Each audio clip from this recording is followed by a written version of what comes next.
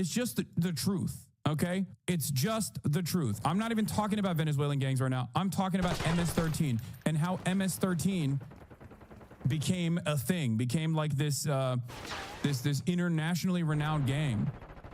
I'm not talking about Tren de Aragua. I'm talking about MS-13, okay? Pick up the pace. Maybe you can accidentally learn a thing or two. So, Nayib Bukele, who initially came into power with a fairly progressive ticket, okay, who had a fairly progressive background. Nayib Bukele is literally of Palestinian descent. Before he became this like weird cryptocurrency guy, he was actually seen as like part of the pink tide. The social democrat to socialist revolutionary figures that were winning a lot of elections all around Latin America. And then he quickly changed that attitude. He actually had a lot of rehabilitative programs. Initially, when Nayib Bukele came into power, he had rehabilitative programs in mind. He was like, we have to do due process. We have to make sure that like we fix the underlying material conditions to make sure that crime can never manifest ever again. And then he became this monster. Okay. And yes, for those of you who don't know, there are a lot of Palestinians or people of Palestinian descent living in Latin American countries. Anyway, he came in and he built this massive prison structure called CICOT. And he started doing dragnet operations where if you were even 11 steps removed, okay, without any care or consideration to how you became MS-13 adjacent or MS-13 aligned, because MS-13, the way that they work, they'll go to a village or they'll go to a town and they'll basically say, we're going to kill your mother and your daughter if you don't work with us, right? Like basically shopkeepers, like anyone and everyone that they could claim was actually MS-13, they just grabbed, black bagged, and put in front of a judge. Sometimes 200 people at a time. 200 people sitting in front of a judge wearing a balaclava. As the judge decides on all 200 being a part of MS-13 in real time like that. And once you have been considered an MS-13 gang member, it's over for you. And that's what they did. That's what they did. And that's what they've been doing in El Salvador. Now, Bukele is saying you can use our concentration camps for the people that you're deporting from the United States of America. And that's precisely what's going on. Yeah. 7.7 million Venezuelans have left the country since 2015. Okay. They've gone mostly to other Latin American countries. Some of them have gone to Spain, and some of them have made their way all the way to the United States of America. The largest population went to Colombia, obviously, as I talked about before. This is a major destabilizing force. When you have 7.7 million refugees, you have a refugee crisis, and it did not have to be this way. Where is this? I remember reading this article about Bukele a few years ago. They interviewed a mother whose severely autistic son was abducted by the cops, and days after searching for him, found out he was sent to Supermax, where they don't even feed you consistently unless your family pays. Yeah. Even before he started the slave labor business, I could take one look at this guy and guess he was already embezzling from the treasury. Not that we needed the help, but American prestige will crater even further when everyone figures out the obvious here. Yeah. Nayib Bukele, who has been yelled at by Donald Trump, ironically enough, on numerous occasions, which is why I always thought it was strange. Donald Trump would go on CPAC and be like, Nayib Bukele, he sucks. He's dumping out his prisons, like probably because he doesn't know anything about Latin America. He probably thinks El Salvador is Venezuela or something. Okay. And he would constantly shit on Nayib Bukele, who's also a crypto guy, is now working with him because he said, hey, it's great. Send us all of your deportees. We'll use them as slave labor in our fucking concentration camps. That's where we're at right now. I need you to understand how insane this is. I'm not being hyperbolic at all. Okay, this is not hyperbole. We are here. We are officially in Nazi Germany status, but unlike Nazi Germany's concentration camps being maintained directly by people of German descent or the foreign legions or whatever, we are outsourcing the concentration camp to El Salvador. Okay. Now watch this video. Watch this promotional video from Nayib that this isn't Nazi shit. Okay. Go ahead. Nayib Bukele says, today, the first 238 members of the Venezuelan criminal organization Tren de Aragua arrived in our country. They were immediately transferred to CICOT, the terrorism confinement center, for a period of 1 year, renewable. The United States will pay a very low fee for them, but a high one for us. Over time, these actions, combined with the production already being generated by more than 40,000 inmates engaged in various workshops and labor under the Zero Idleness Program, will help make our prison system self-sustainable. As of today, it costs $200 million per year. On this occasion, the U.S. has also sent 23 MS-13 members wanted by Salvadoran justice, including 2 ringleaders. One of them is a member of the criminal organization's highest structure. This will help us finalize intelligence gathering, go after the last remnants of MS-13, including its former and new members, money, weapons, drugs, hideouts, collaborators, and sponsors. As always, we continue advancing in the fight against organized crime, but this time we are helping our allies, making our prison system self-sustainable and obtaining vital intelligence. They're making their prison system self-sustainable by doing slave labor, okay? We're doing slave trade shit for Venezuelans who have not gotten any due process whatsoever. Venezuelans that have not, this is a work camp, okay? Arbeit macht frei shit. Understand? Work sets you free shit. It is, I don't know what words to use. Like, it is not hyperbolic at all when I say this. We're there. We're here. Okay? This is it. This is the first step of the final act of the darkest chapter of American empire. Okay? Full tilt fascism. It was the first thing that Rubio made headlines doing when the admin got into office. It supposedly can hold 40,000 people, and Rubio said we'd like to send U.S. citizens there as well. Yes, I remember. Did they copy this from Xinjiang? Oh my God, there are still people in here talking about Xinjiang. I'm losing my mind. Dude. Focus on what's happening in front of you. Stop trying to cope by being like, look at China. Okay? What are you saying? Do you like what happened in Xinjiang? Do you think that that was good? If your answer is no, why the fuck are you saying that right now as a counter in this circumstance? When I'm talking as an American about what we are doing to documented migrants whose documentation we are revoking. Holy fuck. Yeah, Americans see something American happening, Americanly in America. What are we, a bunch of Asians? What are we, fucking Chinese, dude? No, this is America. It's happening in America. Do you have nothing to say about this? In the United States of America, this is where we're at. And plenty of people are celebrating this. They're championing it. They're salivating at the prospect of doing this kind of fascist nonsense. It is alarming to say the least. It's so weird to also talk about Xinjiang when America did this in U.S. borders against people of Japanese descent, when we had internment camps for people of Japanese descent. Okay? We did this already in World War II, which was already unacceptable, completely unacceptable. You understand? No, we didn't do this post 9/11. You're wrong.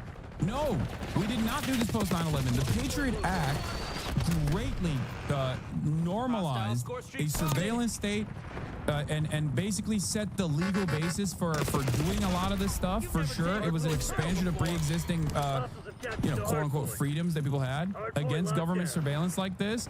But no, this is different. This is an expansion on top of that. We are reaching the end point. We are reaching the logical conclusion of the post 9/11 world. But even after 9/11, we didn't do internment camps overseas for people that we decided were a part of the axis of evil. Okay? Yes, America did this to Germans too during World War I and II. Yes. America did this during World War I as well. Yes. Yes, you did. Guantanamo. This is a shatters. I know how Guantanamo Bay works. Okay? There was still some semblance. This isn't a defense of Guantanamo Bay and the process. We are operating on a different scale than Guantanamo Bay now. Okay? Wake up. Guantanamo Bay is a permanent land lease agreement with the Cuban government, and they can't really say anything about it, obviously, so that we can avoid American laws and engage in torture and numerous other things on non-American soil. Guantanamo Bay captured people from all around the world with very little evidence whatsoever. Many of them were simply innocent, but were considered to be a terrorist and were routinely tortured under a military facility. Okay? This here is just people on the basis of their ethnicity being denaturalized or having their immigration papers revoked while being called, utilizing the same technique, but with at a much greater scale. It's a much larger scale. For like every 100 person that was nabbed from Muslim communities in the United States of America or all around the world, you are going to experience this tenfold, because there are 400 or 500,000 Venezuelan migrants on U.S. soil right now with documentation.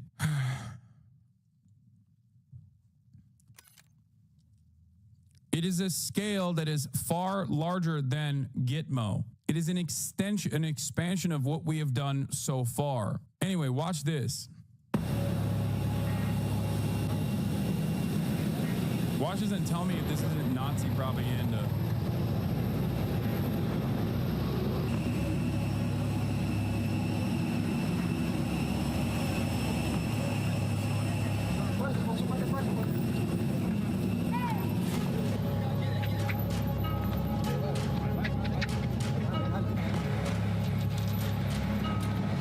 They grabbed a Venezuelan dude for having tattoos. Like that's what they're doing. And they're like, think about it. We didn't use the Alien Sedition Act post 9/11. We didn't even use the Alien Sedition Act post 9/11. There is no war happening right now, and the Trump administration is claiming that it's an invasion, that migrants are invading. How do you not see that this is an even greater expansion of the previous surveillance state? This is not a justification for the previous surveillance state. I have fought against it every single step of the way.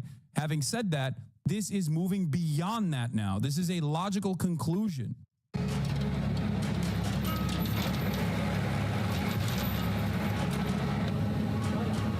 they shaved everyone's heads.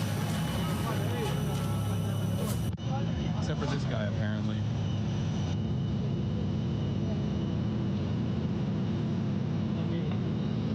Why are they moving them like that?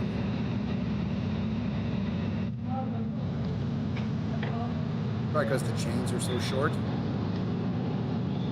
These fucking animals. Fascists. Let these people go, man.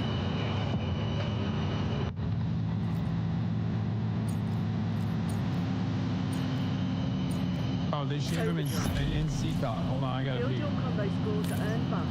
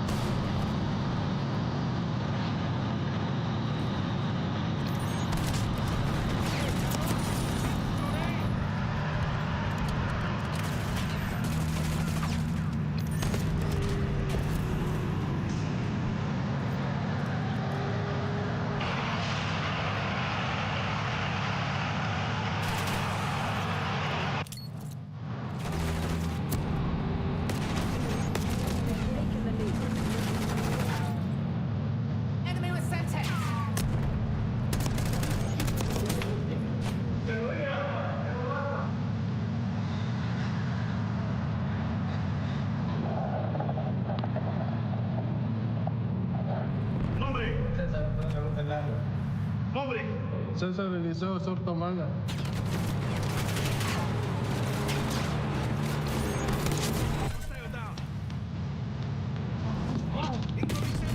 You're falling behind, Crimson.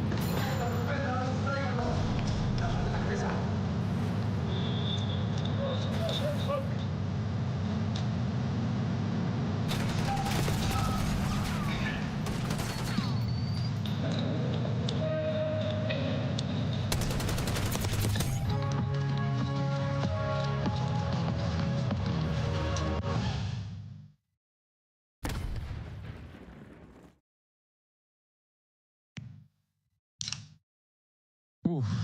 Why are they firing their heads down when moving them? It's all different ways of engaging in like body torture, dehumanization, and to keep them in a state where it's an intimidation tactic. It's a way to keep them as like non-threatening as possible. It's like more difficult to do, more difficult to resist. Keep it that way. It's also dehumanizing. It's like when you realize that the cruelty is the point, you will recognize why they're doing all of this. Yeah, human rights organizations have been actively writing about CCOT, actively also writing about the sadomasochism. lack of due process in El Salvador for almost a decade at this point, since it began, since it opened up. These facilities opened up, half a decade. What? You got fooled? This is El Salvadoran gangs, not people extracted from the U.S. Dog, they're using this as a propaganda piece. They're using this as a propaganda piece to say, this is what we're doing to the Venezuelans. What do you mean I got fooled? That's what Nayib Bukele is saying in the fucking video. What are you talking about? And we already know that the American government did ship a bunch of Venezuelan refugees. 238 of them. Then why are you showing the propaganda? Dude, why is it that when you're just in the wrong, there's something in you that just says like, nah, I'm gonna double down and like I'm just gonna move the goalpost. Like, it's okay, man. It's all right. Like, we get things wrong sometimes. I get things wrong sometimes. You know what I do when I get something wrong? I say, I'm sorry, I was wrong about that. You can do that too. It's a healthy thing to do, all right? It's fine. Responsibility to protect our families, to keep our streets clean and safe. And that's exactly what the president said he was going to do. But after some non-citizens represented by the ACLU sued the administration, that federal judge in an emergency hearing Saturday. Yeah, they also actively ignored the court orders, okay? The White House says it ignored a court order to turn around 2 plane loads of alleged Venezuelan gang members because the flights were over international waters and therefore the ruling didn't apply, okay? It doesn't matter anymore. Like, they're basically saying like, nope, there's nothing you can do about it. They were already in the air. Like, it's crazy. No rules, baby. Once the plane wheels are up and you're I mean, there's something they can do about it. They can lock all these fascists up. Saturday ordered Give 'em any all the plane goddamn- containing these folks that is going to take off or is in the air needs to be returned to the United States, adding this is something that you need to make sure is complied with immediately. The 2 planes already in the air, sources tell us the administration made the calculated decision to ignore that directive. Sources say the planes carrying the alleged gang members took off during the hearing. The administration eager to get them in the air out of U.S. airspace and over international waters before the judge's ruling. In response to that order to turn the planes around, the president of El Salvador, a Trump ally, posting, oopsie, too late. They needed to be brought back. The other side of this, aside from like the active cruelty that we are watching in broad daylight as the government is functioning, in this like fascist state, collaborating with another fascist government, is that they're so fucking lame. Like, oopsie libtard. Like, I don't know what the historic equivalent of this is, okay? Like, the aesthetics are also busted. Everything is devolved. It's like moving away from the old Nazi font to Comic Sans as you're doing fascism. And the judge absolutely had authority to do that. The United States government, the executive branch, defying a federal court order raises the stakes enormously, not just in this case, but for how we're going to proceed as a constitutional republic. But the White House this morning insists the administration did not violate the court order and that the president acted within his authority, claiming federal courts have no jurisdiction over the president's conduct of foreign affairs or ability to remove foreign enemies. Now, all of this is coming as a Brown University professor, Dr. Rasha Alawi, a kidney transplant specialist, has been deported despite having a valid work visa and despite a court order temporarily blocking her expulsion. A Lebanese citizen, she was detained last week after returning to the U.S. from visiting family and put on a plane out of the country, again, despite that court order. A hearing in this case is expected later today. Okay, Mary, thanks. Let's get more on this from our chief Washington correspondent, John Carl. John, let's start with... I get what you're saying, but why would you want gang members in your country? Oh my God. Chatter, I'm going to explain this one more time. Why do you believe everything that the government tells you? Why do you automatically assume that every single person being deported is a gang member? Why do you not want the American court system to actually actively handle violent gang members? Why? Not every country is El Salvador. Not every country has a concentration camp like this, okay? If there are violent criminals that have engaged in violent criminal acts and they don't have citizenship on U.S. soil, I want them to be prosecuted and placed in an American facility. Okay, I want them I want the victims to see justice. That's number one. Number two, these people that are being deported, a big part of this problem right now is that they're nabbing everybody, whoever they can, without any sort of consideration, without any due process whatsoever. Due process is a right. It exists for a very good reason. It's so that the government doesn't do this, because the government that can do this to Venezuelans can do this to other Americans as well eventually. And if you think that they're not going to do that, you are fucking delusional. They are lying to you. They're trying to get you to respond by going, I don't understand. Why do you want violent criminals to stay in this country? That is the entire purpose.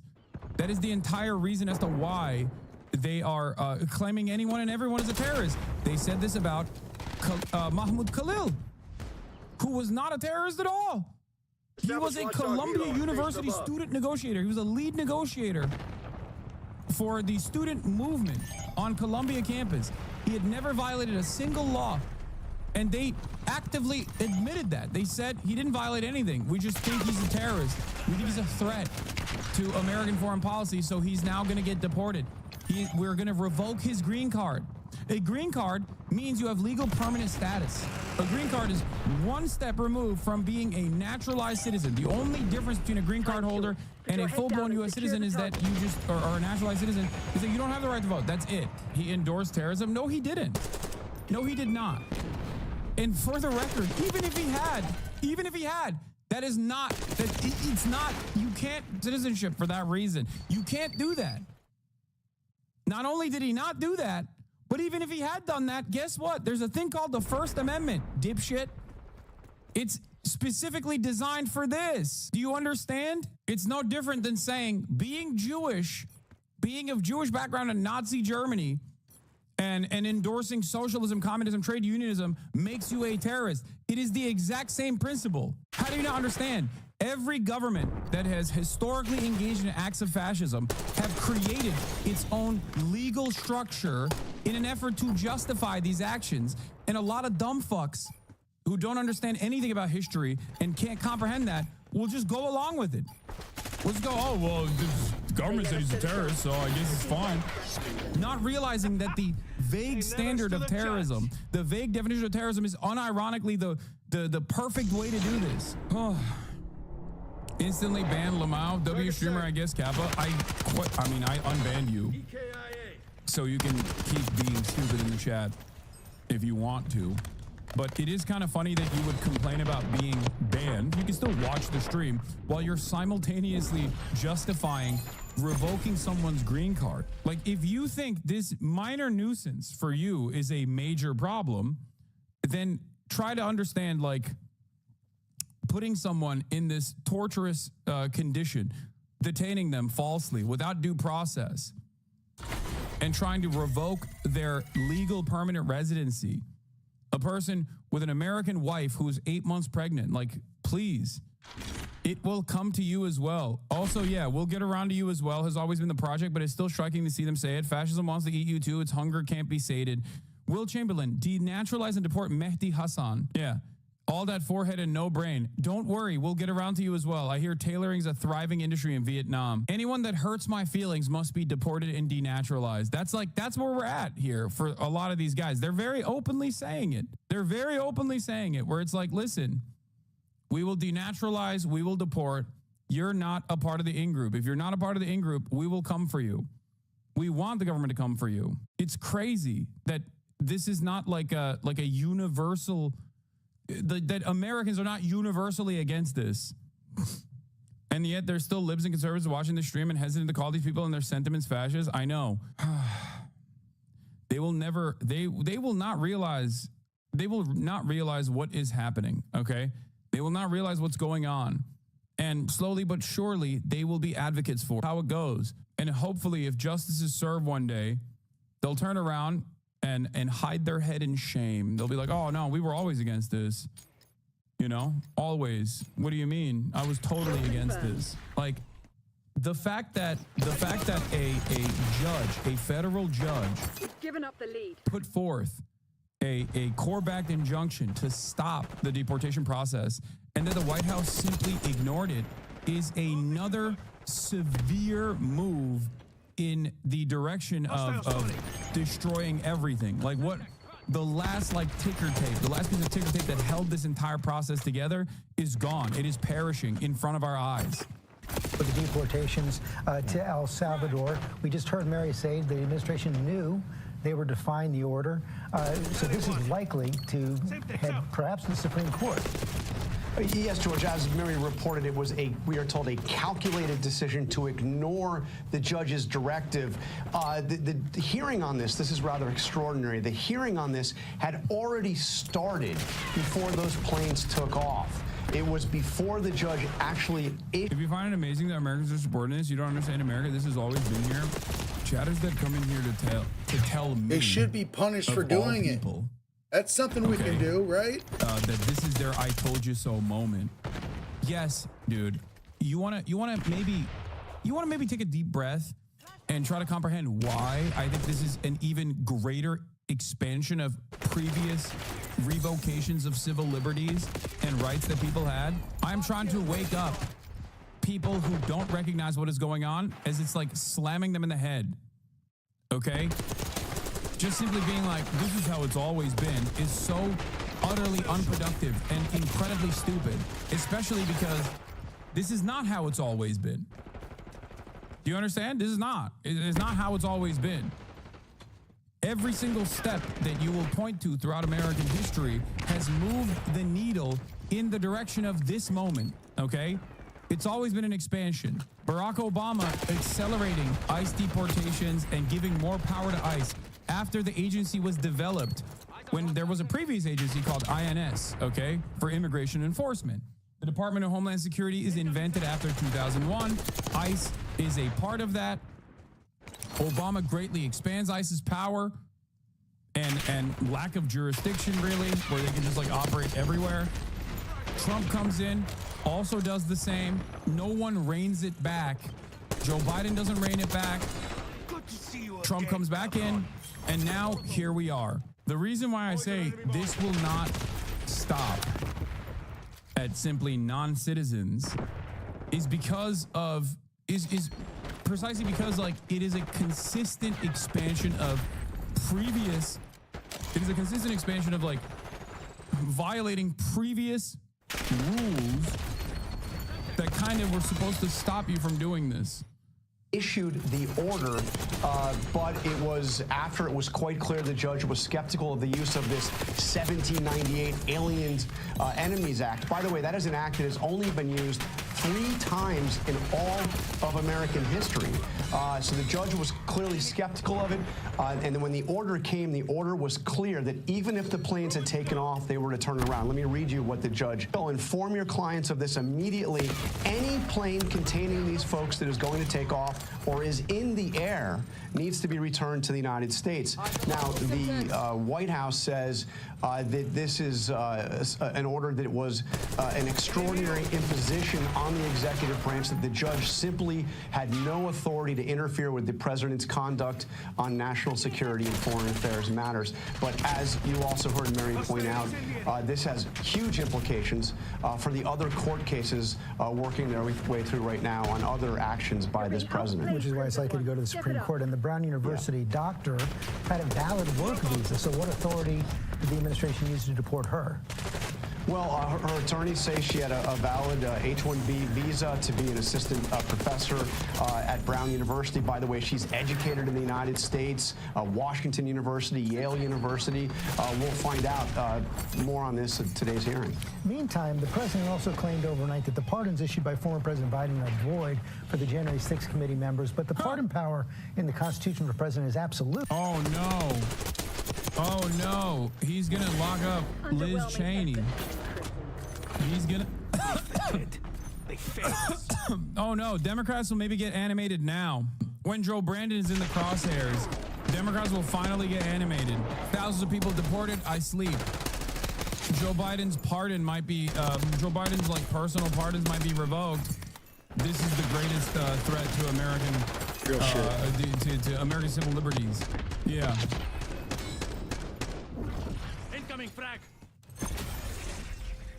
Yeah, maybe they'll spring into action now.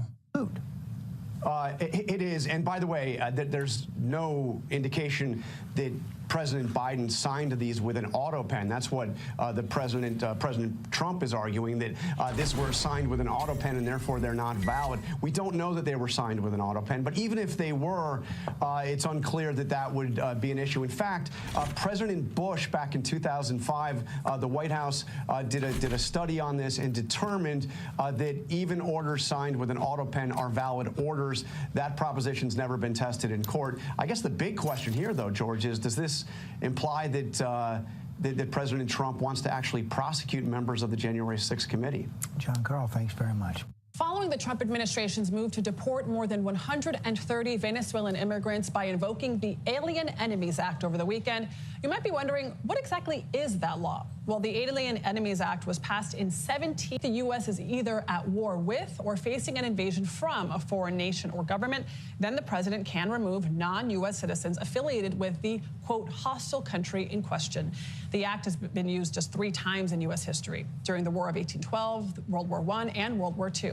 That last and most recent example famously led to the internment of 31,000 non-citizens of Japanese, German, and Italian descent after the bombings of Pearl Harbor.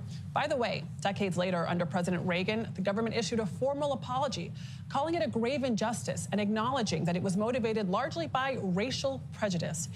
Back to today, the U.S. is not at war with Venezuela, but the Trump administration claims that we are facing an invasion of dangerous gang-affiliated people from that country. And on Saturday, hundreds of deportees, including the accused Venezuelans, were processed at a Salvador jail, despite a U.S. judge's order one day earlier not to deport them. It all raises questions over whether President Trump has the authority to use the Alien Enemies Act in this way. Joining us now to break it all down is Catherine Jan Ebright, a lawyer with the nonpartisan Brennan Center for Justice. Her work focuses specifically on wartime powers and the constitutional separation of powers. Good morning, Catherine. So we just broke down what the act says, but what do you think people need to understand about the Alien Enemies Act, particularly in terms of its use now? Yeah, thanks for having me. I think there are 2 things that are really critical to take away from this. First is this is a wartime authority only. The term invasion, the term predatory incursion, that language that the Trump administration is trying to use, it refers to armed attacks, not metaphorical quote-unquote invasions, not migration, not even narcotics trafficking. Yeah.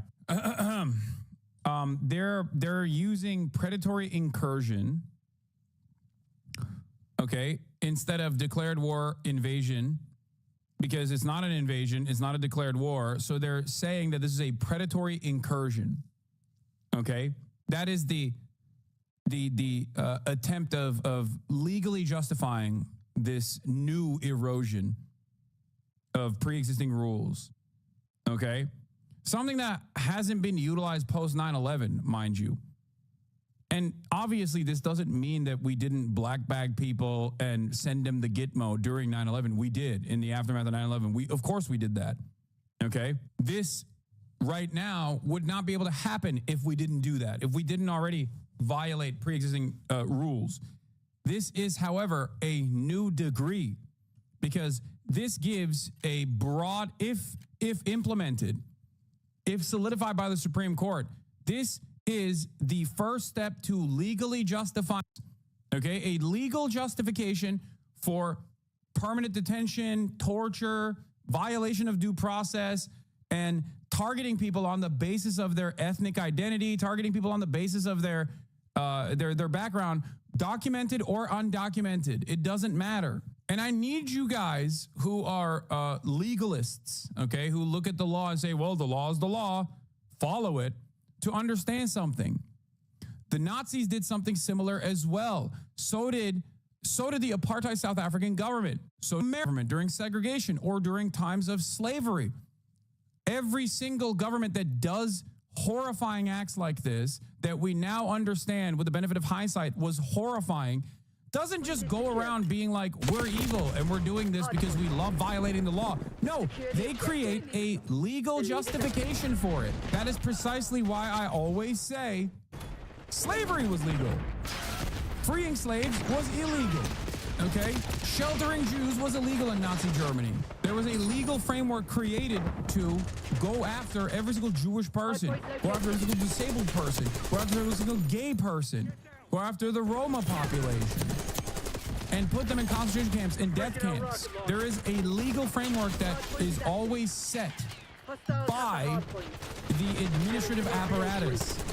They don't just say, we love violating the laws, lol, what are you going to do about it? Even though this administration is so incompetent that they do kind of say that, ultimately there are still more intelligent people behind the scenes that are trying to find a way to rework pre-existing laws and precedents in an effort to make it so that this is legally appropriate. It's above board, or change pre-existing laws. That's not to downplay the seriousness of crime, but it is to say that a wartime authority cannot be used for peacetime immigration enforcement. The other thing to note is that using this law is an attempt to bypass due process, which is a constitutional right that even non-citizens have. And so these men who are being accused of being members of Tren de Aragua are not receiving real hearings. There's no real evidence that would stand up in a court of law or an immigration proceeding. And so we don't actually know who we're deporting. So there's limited precedent here. It's just been invoked 3 times in the past. I need you guys to understand something, by the way. Even though the administration is coming out now and saying, well, we actually think the court order is patently unlawful, that's not an internal conversation that took place. The internal conversation behind closed doors that took place was not whether or not the court order was unlawful, because it's not. It is a lawful court order. And actually, what they're doing is violating the law. The real conversation that took place behind closed doors was, what are they going to do about it? Can we get away with doing this? And they decided, yes, we can get away with doing this. We can get away with just not listening to the courts. This actually shakes the foundation of the judiciary in a very meaningful way. Okay? This is a huge erosion of the checks and balances that are supposed to exist in this country that obviously have been neutered. Like, the legislative body is completely ineffective. It is completely neutered. But this is a constitutional crisis ready to explode, okay? This is 2 months in, and we are officially saying bye-bye to the judiciary. You need to understand how damaging that is. You need to understand how devastating that is. The last set of checks is now being eroded, shredded. Americans, I think, due to the comfort of living in the imperial core, cannot comprehend what it's like when a fascist dictatorship overtakes your government. An authoritarian leader comes in and just starts violating all of the previous, like, remaining institutions and just does whatever it wants to do. You guys don't see it because you're not used to it. You've never experienced it. You don't understand. Coming from Turkey, okay, I know exactly what the fuck is going on, and I keep ringing the alarm bells, but people don't see it. Any chatter who is like 1 generation removed or lived anywhere else outside of the United States of America, in a developing nation, a second world nation, third world nation, knows exactly what the fuck is going on. But Americans living in the heart of empire have never experienced something like this, so they just don't understand it. And as long as, you know, jalapeno poppers are $5 still, they're like, yeah, it's fine. Some are looking at this and going, it's based.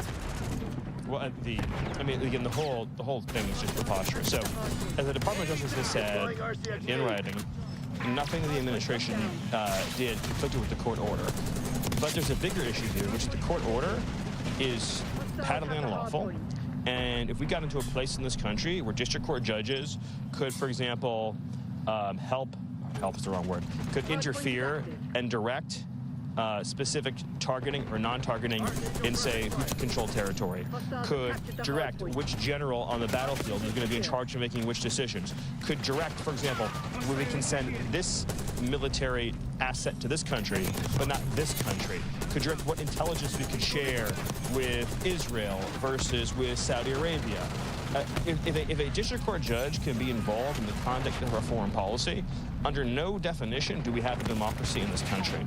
I mean, Yeah, a democracy is when the Trump administration gets to do whatever it wants and violate constitutional rules like that were set ahead of time. A democracy is when Donald Trump single-handedly with his administration can just like destroy the judiciary. Like it's just over. It's done. It's game over for the judges.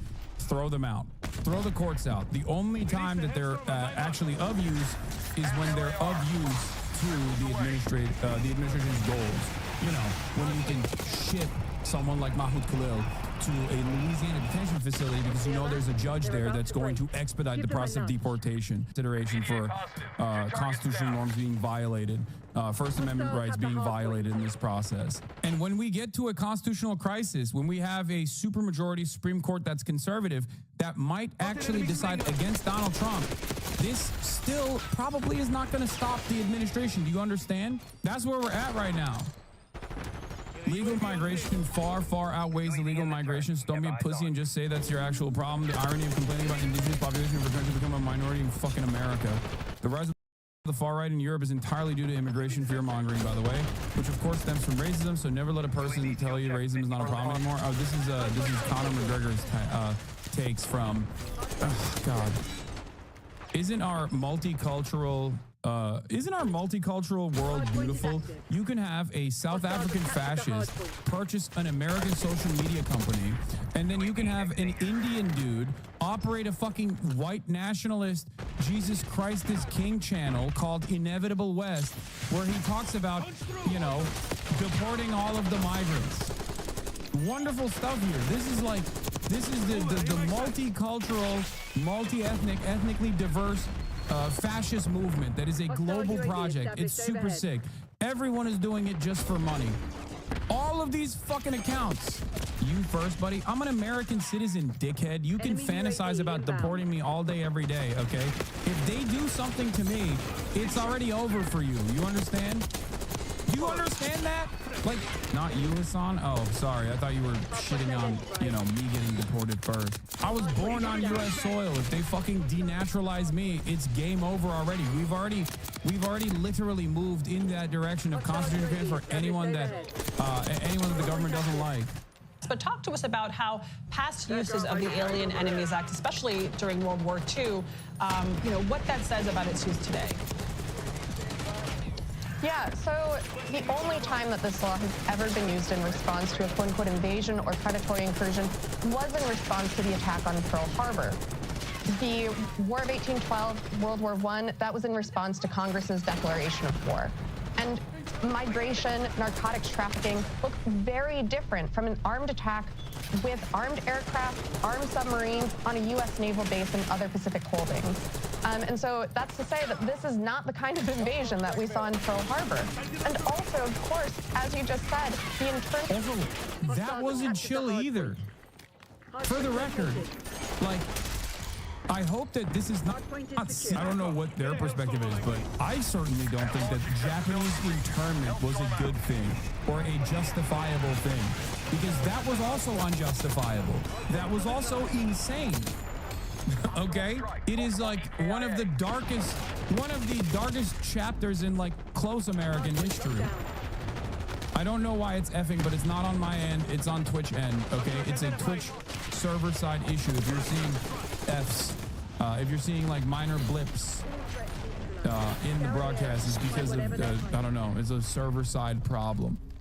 Of 31,000 non-citizens without due process and based principally on their ancestry was a shameful moment in American history. And so reviving the Alien Enemies Act to target new ethnic groups today is frankly un-American. And it shows that we haven't learned from the mistakes of our... Catherine, the concept of war as declared by Congress is clear to me, but I know the Biden administration declared this gang a transnational criminal organization, and then the Trump administration escalated that to call them a designated terror organization. Does that give them leeway within the law to fight with more aggressive means, given how difficult it is otherwise to identify gang members? What the Foreign Terrorist Organization designation does with respect to Tren de Aragua is it actually unlocks power under peacetime immigration law to target that gang. that peacetime immigration law that is unlocked through the foreign terrorist organization designation complements other parts of immigration law that would allow this administration to go after individuals who have perpetrated serious crimes and are convicted on those crimes with due process. And so the foreign terrorist organization designation. Yeah, thank God Kamala Harris said she would prosecute transnational gangs at every speech. Thank God liberals capitulated to the right-wing framing on the issue that like migrants were a criminal element on this nation's soil. Before people say Kamala Harris would never do this, it doesn't matter. It doesn't matter. The Dems are fucking. Okay, I need you to understand something. Kamala Harris lost in part because of that kind of sentiment, because she did not mount a significant defense against a significant counterbalance against growing fascism. And it wasn't just Kamala Harris either. It was the entirety of the Democratic Party. This is an issue that I've been talking about for fucking years at this point. Go all the way back to the beginning of the Biden administration, and you will hear me tell you that if the Biden administration does not actually follow through on the promises it made about offering amnesty to undocumented migrants and like fixing the migrant crisis, not in the ways that the right wing claims there is a crisis, but fixing the side of processing with expeditious processing, making sure that people are properly documented in this country, creating legal protections for the migrants that are now documented. This is going to move in only one direction, and it did. And it did, and we're here now. They won't deport you, but maybe they won't let you back into the country when you travel abroad. No, dude, what are you talking about? I am an American citizen. If that happens to me, it's already over. We're moving in that direction. Yes, you're not wrong, but these concerns at this point are not valid, because if it can happen to me, it's over. It's done. It's dead. Okay, I'm an American citizen, born on U.S. soil. If it happens to me, it's over. Is not about war powers. It is not about invoking a war authority from 1798. Let's keep talking about you. I know. I'm not the one who keeps bringing it back to myself. Chatters are. I'm actively trying to not talk about that. Okay. I don't know why you just, I don't know why people don't see that. Law. And so the idea that you can use this designation to then abuse a wartime authority or invoke it has no basis in the law. Well, let's talk about checks and balances. The Trump administration seemingly defied a court. Yeah, here. This border crisis narrative is incredibly from March 15th, 2021, but I talked about it prior to this as well. And I talked about it in prior administrations as well. Annoying from the media, by the way. They are absolutely feeding into this, and they're going to cause the Democrats to behave in a totally, even in a more reactionary way than they were already going to behave. It is so incredibly manufactured. There's always been a crisis at the border. When there are humanitarian problems occurring at the border as a consequence of the conditions there, 120 degrees they have to traverse in the desert, all that sort of stuff. And then also the American government adding on to the cruelty with the way that they choose to deal with people that are crossing the border, that are seeking asylum. There is an extra crisis on the border. There's always a crisis on the border. It's never stopped. The problem is the way media covers it. You can either cover it like you do under the Trump administration, which is somewhat honestly, from a moral grandstand point of view, like an actual honest point of view, by saying this is really messed up, this is really horrible, the way that we are treating these people is absolutely ridiculous. Or you can treat it in a way, you say, there's a gigantic crisis happening in the border currently, and it's really bad because so many people are coming in. So many people are coming in. So many people are coming in. What are we going to do? Depending on who is in charge, we either deal with it from the point of view of reactionary garbage, claiming that this is a huge issue, not taking an actual stance on it, but just simply channeling the right-wing agitations as they have done, just covering it as, many Americans are concerned that the border is turning into a pylon with hundreds of thousands of migrants coming in through the floodgates. Like, that's no different than what Fox News says. No different than what Fox News says. When MSNBC is saying it, or whenever, the Associated Press is covering it in that way, they're doing a disservice. If they truly have a left-wing point of view in the way that, like, so many imply, then they have to recognize that simply offering contentious coverage on a particular matter does not mean that you're doing honest coverage on the issue. So, House GOP leaders head to the southern border as immigrants ready, yeah. That's where we're at. That is where we're at. This is if you're wondering how we got here, This is how we got by capitulating to right-wing framing. By capitulating to right-wing framing, the Democrats in charge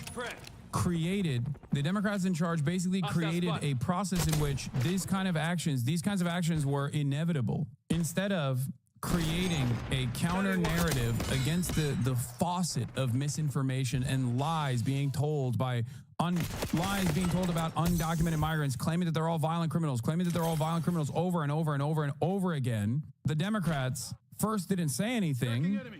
Secondly, did not actually follow through on the different trajectory in terms of how we handle undocumented and documented migrants in this country. And basically, by the end of the 4-year process, directly capitulated to the right-wing framing and tried to pass their own reactionary right-wing border bill. Even if you don't care about the humanity of the migrants in this process, if you were to just remove morality from this equation and simply look at it as like a political game, simply look at this as pure politics, you still look like a hypocrite. You look like a dumbass. After years and years and years of saying, oh, build the wall is stupid, it's racist, it's stupid, it's racist, turning around and being like, no, we want to build the wall now. Trump doesn't want to build the wall. That only makes you look like a hypocritical asshole. Okay? That's it. That's all this is. Court order not to deport these people. They have a different argument saying that, the timing was off and that, there wasn't jurisdiction where the deportees were. What does this say about checks and balances in our system? Mission timeline expired. I think real strain on the checks and balances on our system. The courts are supposed to be able to rein the president in or rein the Congress in when they do things that are not consistent with the laws it's written or with the Constitution. And the court very clearly said that any individual who is in custody, who is subject to proclamation of the president, cannot be deported. And that the flights, if there were flights underway, had to be turned around. And so this was defiance of a court order. It is concerning, and it is a strain for our democratic system with those checks and balances. But I think the real question is, what does the non-compliance or compliance with the judge's order look like moving forward? And I don't mean to discount the seriousness, really the gravity of sending hundreds of men into Salvadoran prisons that are notorious for torture, which is what just happened. But at the same time, in terms of upholding rule of the United States, it is really critical in the coming hours, days, weeks to see what the administration does in following or disobeying the judge's orders.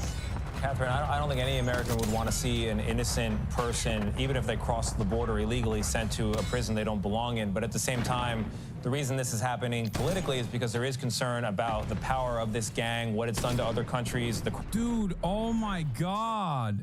Oh, come, bro. That is crazy, dude. That is, he immediately is just like, but, there are valid reasons for just black bagging people, double circ Tony at it again.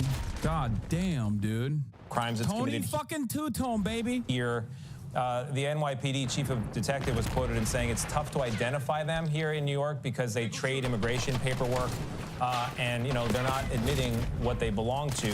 So within the law, what can this government do to take care of the very real threat of violence without trampling on the civil liberties that you're concerned about? As I've said, there are immigration laws that already... You say that now, but you wouldn't say if they were in your... I live in Los Angeles. Where the fuck do you think the supposed criminal migrants are? What are you talking about? What is happening with Twitch today? I mean, I'm not seeing the Fs at all. I don't know why you guys are saying that, but I live in LA, dumbass. This is supposed to be the heart of the criminal activity. What are you talking about? Eyes on shooter. Motherfuckers in Duluth think, yeah. Motherfuckers living in Terre Haute, Indiana are like, dude, you don't understand. These criminal migrants, they're coming after me, baby. Like, what are you saying? Jesus Christ. Already give the president the authority specifically to target members of this gang, even to conduct summary deportations of individuals who've been convicted of serious crimes. Summary deportations, if there is, before that, the due process that actually establishes that someone has committed criminal activity. But we don't have and relying on a wartime I'm sorry, we don't have a relying on a Dude, this guy is a fucking real freak. due process that actually establishes that some activity. But we don't have and relying on a wartime relying on a wartime authority is inappropriate here. He's like, no, let me manufacture consent. I got one speed, baby. One speed only. Let me just manufacture a little bit of consent, please. What a freakish way to operate here. Oh, God. You can only say this if you have no care or consideration for anything, okay? We've moved beyond care and consideration for the humanity of migrants, okay? Documented, undocumented alike.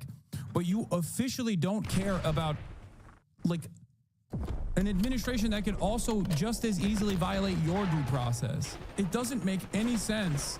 You're so horny to justify the violence that undocumented migrants are being subjected to, that in your mind are like, in your mind, they're bad, they're evil, they're criminals, right? So you're so horny for that violence to be dished out to them that you have no self-preservation remaining. This is a real, you know, chickens for KFC moment, okay? It doesn't make sense. If they can do that to them, that's not where it's gonna stop.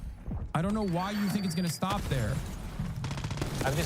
I don't want it to be a situation where they have to commit a crime here first before, like, why should an American suffer a violent crime before the investigation can happen and they can be removed? It's a catch-22. No, it's not. Oh my God. Dude, there is no pre-crime. What are you talking about? He's literally justifying the Lake and Riley Act, by the way. Oh my God, that's not how this works. That assumption only works if every single person that is doing a crime is undocumented. That, like, documented U.S. citizens don't do any crimes whatsoever. It's just undocumented migrants that are doing crimes. All the crimes are being conducted by undocumented migrants. Oh my Lord, dude. Oh, dude, we are so cooked. We're so cooked. This is supposed to be the liberals, by the way. Liberal mainstream media. What the fuck are you saying, you goddamn freak? Yeah, but people have to commit crimes in order to be... I don't think it... to be charged with it. I mean, it is... They might be wanted in Venezuela, but we don't have an agreement with Venezuela to find out. So there's like a soft spot here where I don't know what the solution is.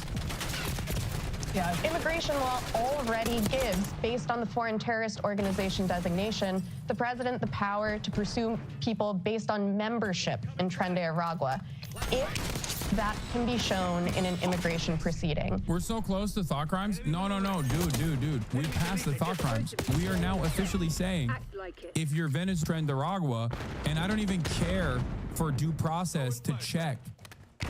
If you violate due process that way, one day, you might be in the crosshairs. You don't even have to be Venezuelan. That's the whole principle behind due process being afforded to everyone unconditionally. That's the entire point of due process. When you violate it, when you say no more due process, then guess what? You're Venezuelan now. And by virtue of being Venezuelan, you're Tren de Aragua. You're a terrorist. That's the whole point. That's it. And it will move beyond looking Venezuelan, okay? It's not even a thought crime at this point. It's just pure ethnic fascism. And so if this government, if this administration has actual evidence that the men that they're picking up, the Venezuelans they're picking up, are members of Tren de Aragua. You're screaming, but you voted Jill Stein, dude? I didn't. I don't know what the fuck you're talking about. Why are you so stupid? Even if I did, it wouldn't fucking matter because what I'm saying right now is significantly more important, but I didn't. So why are you... One must ask the question, why do you think this is a battle that you must fight in this process? Why were you so fucking duped into believing this when it's objectively untrue? I probably have countless fucking hours shitting on Jill Stein. How?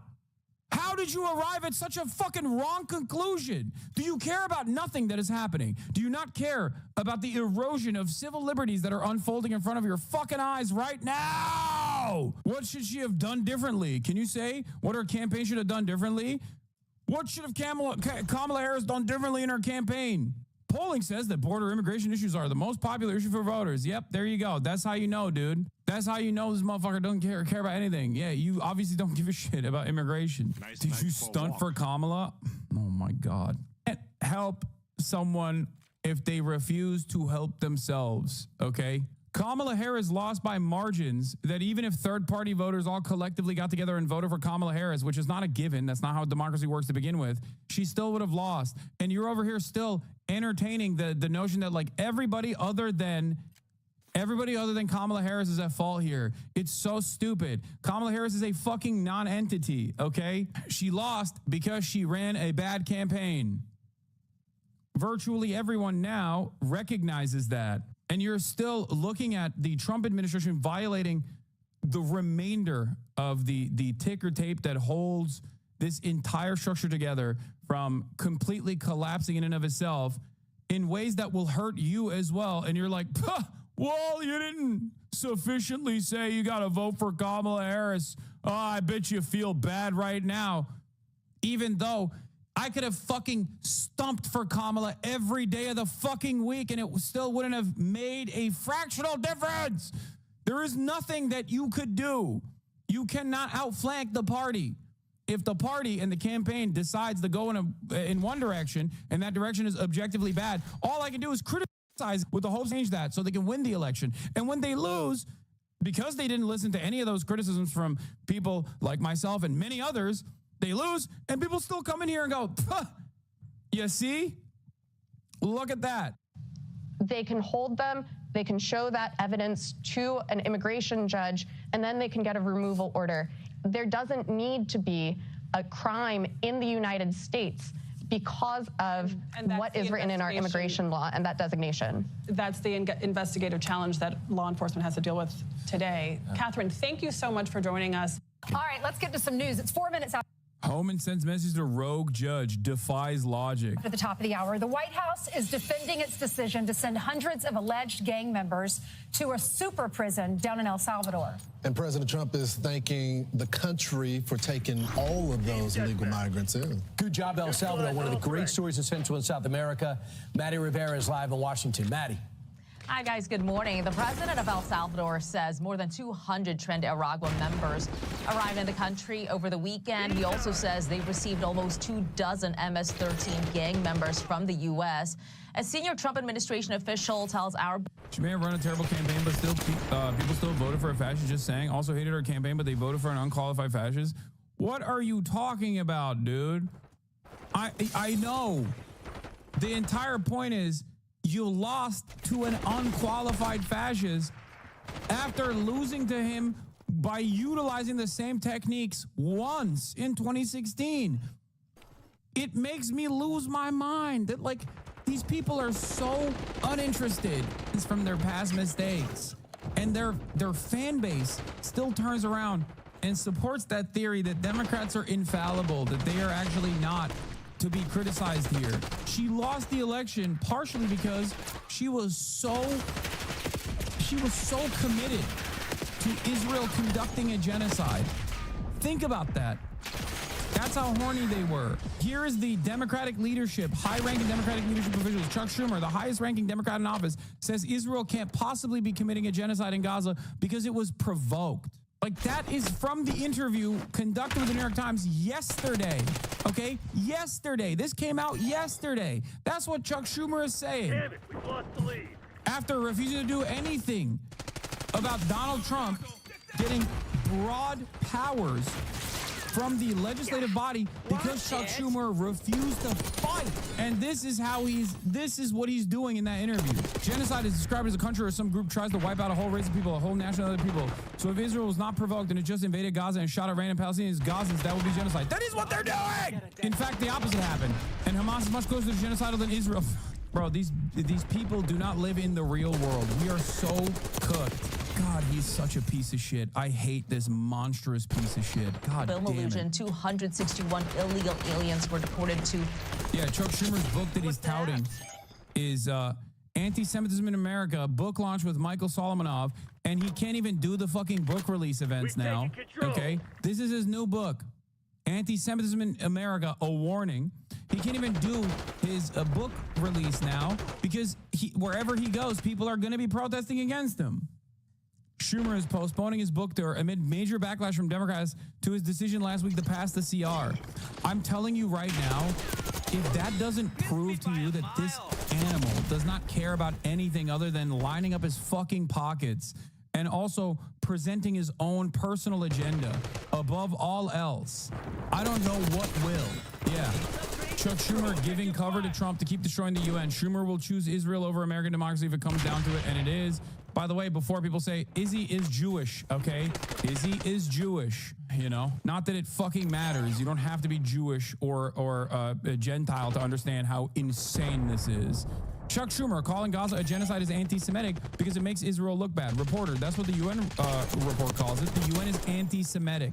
Chuck Schumer, the leader in the Senate Democrats, the leader of the Democratic Party in the Senate, saying, it's a UN special committee has used. Please, the UN has been anti-Israel, anti-Semitically against Israel.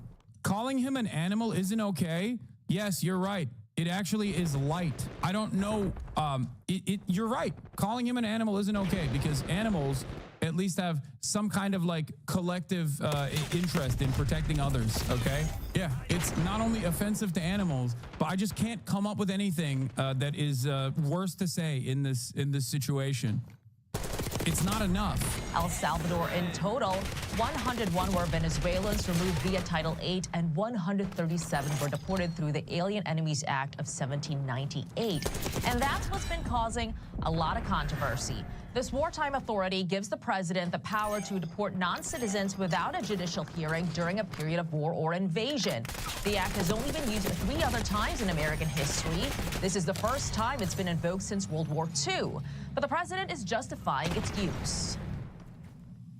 Well, this is a time of war because Biden allowed millions of people, many of them criminals, many of them at the highest level. They emptied jails out. Other nations emptied their jails into the United States. It's an invasion. On Saturday, a federal judge ordered the Trump administration to stop removals under the act to see if its invocation is legal. And he ordered deportation flights to turn around. But the White House says the planes were already outside of U.S. airspace, so they argue the judge's ruling no longer applied. White House Press Secretary Caroline Leavitt said, "This is ridiculous. Ridiculous." As the administration did not refuse to comply with a court order.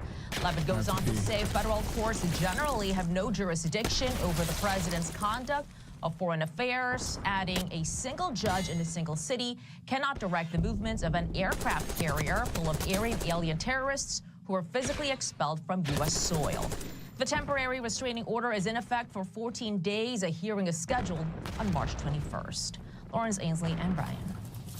All right, Maddie, it's incredible. Thank you so much. When you look at their rap sheets, it's hard to believe that some judge was saying, keep them here in America. Because they're alleged gang members and their rap sheets are long. These are career criminals that were in America, in this great country of El Salvador. The president there, working hand in hand with Donald Trump, decided they can come. We're being forced down. They're being transported one by one. They're getting their heads shaved. They're walking with their hands behind their necks. And this is all at a detention center, the El Salvador Terrorism Confinement Center. And the president down there says they will stay for at least a year. Yet again, I find myself amazed with the Democratic Party and even some of the members of the media. They're talking about process again, and they're not talking about the evildoers that were in our country because Joe Biden decided to just unleash the border, remove all the security barriers that were there because he didn't like the president that came before him. And you had 10 million people. One of the craziest aspects of this, is quite literally the fact that it was actually Donald Trump that saw big periods of migration from Venezuela. Like, I don't have an issue with Venezuelan migrants coming into this country. I don't have an issue with any migrants coming into this country. Okay, but the notion that like these criminal elements were brought into the country by Joe Biden, it's ridiculous. Donald Trump not only offered Venezuelan refugees temporary protected status for political purpose, he actually extended it on his way out. Okay? And big periods of migration from Venezuela to the United States of America happened as a direct consequence of the sanctions regime implemented by the Trump administration on Venezuela, continued by the Biden administration on Venezuela. come into the country. We didn't vet these people, and some of these people right here were the ones that came into the country. Rapists, murderers, people that committed assault as well. And so you have this unifying message. 80% of the country, I'm sorry, over 70% believe that we should have mass deportation of these people. Yet they defend the actions of these criminals. So the way I understand it, a couple of days ago, I think it was Friday, where the president enacted the 1798 era Alien Enemies Act. And he said because of that, he was setting the table to get rid of TDA, MS.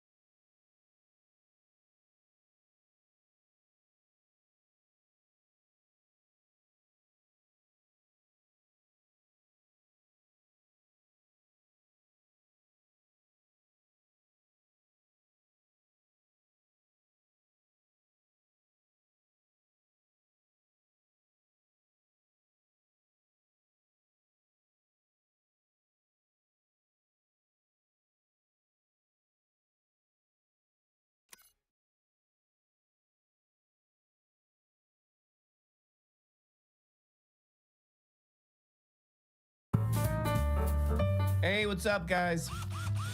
Hey, guys. Hey, guys, what's up? How you doing? You all right? How you doing? You fine?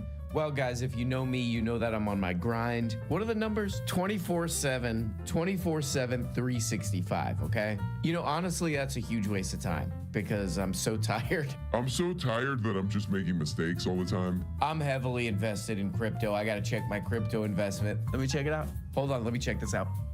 Okay, not looking bad. Whoa, dude! Whoa, what the f? Okay. The United States will be the crypto capital of the planet and the Bitcoin superpower of the world, and we'll get it done. Okay. Before this cycle, in June of 2021, Donald Trump was saying, Bitcoin seems like a scam.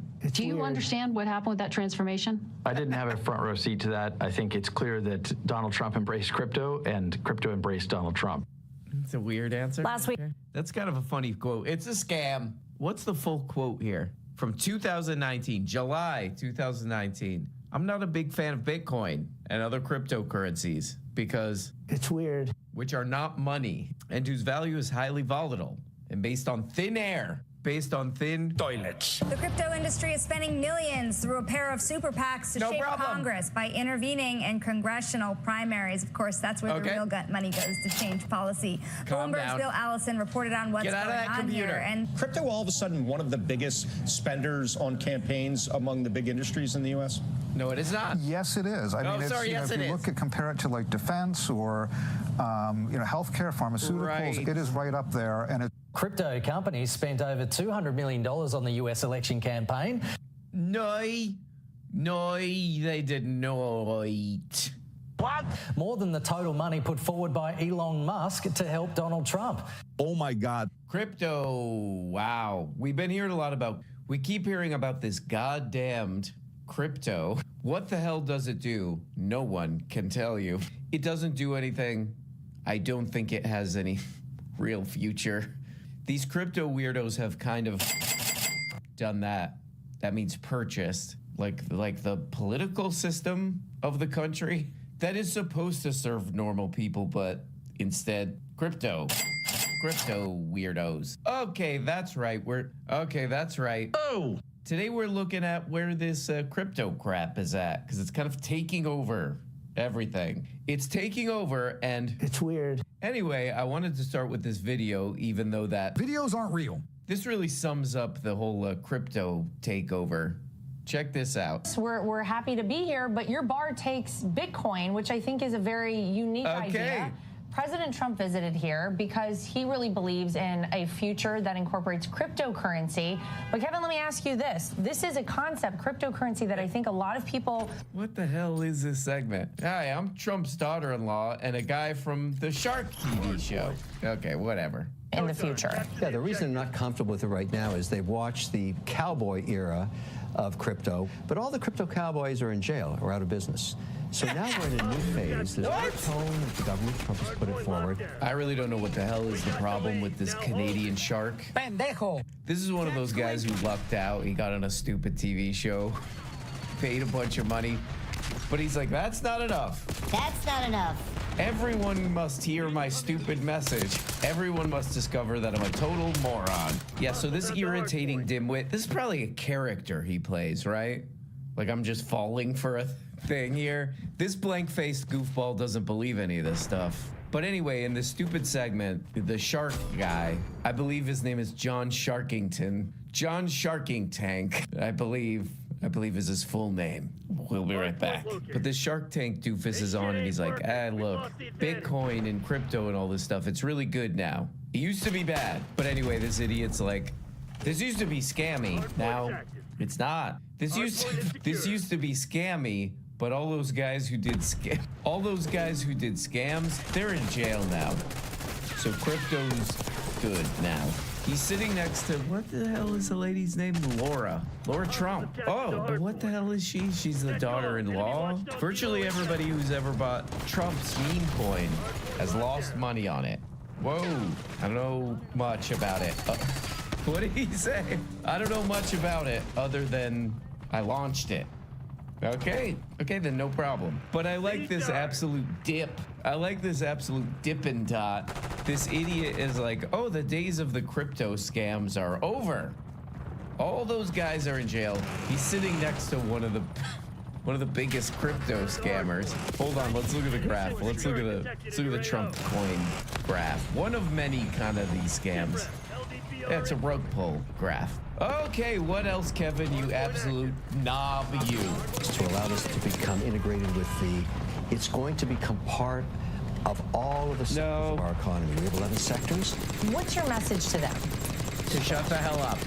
Oh, great. Start small. A third of the Bitcoin. Treat it.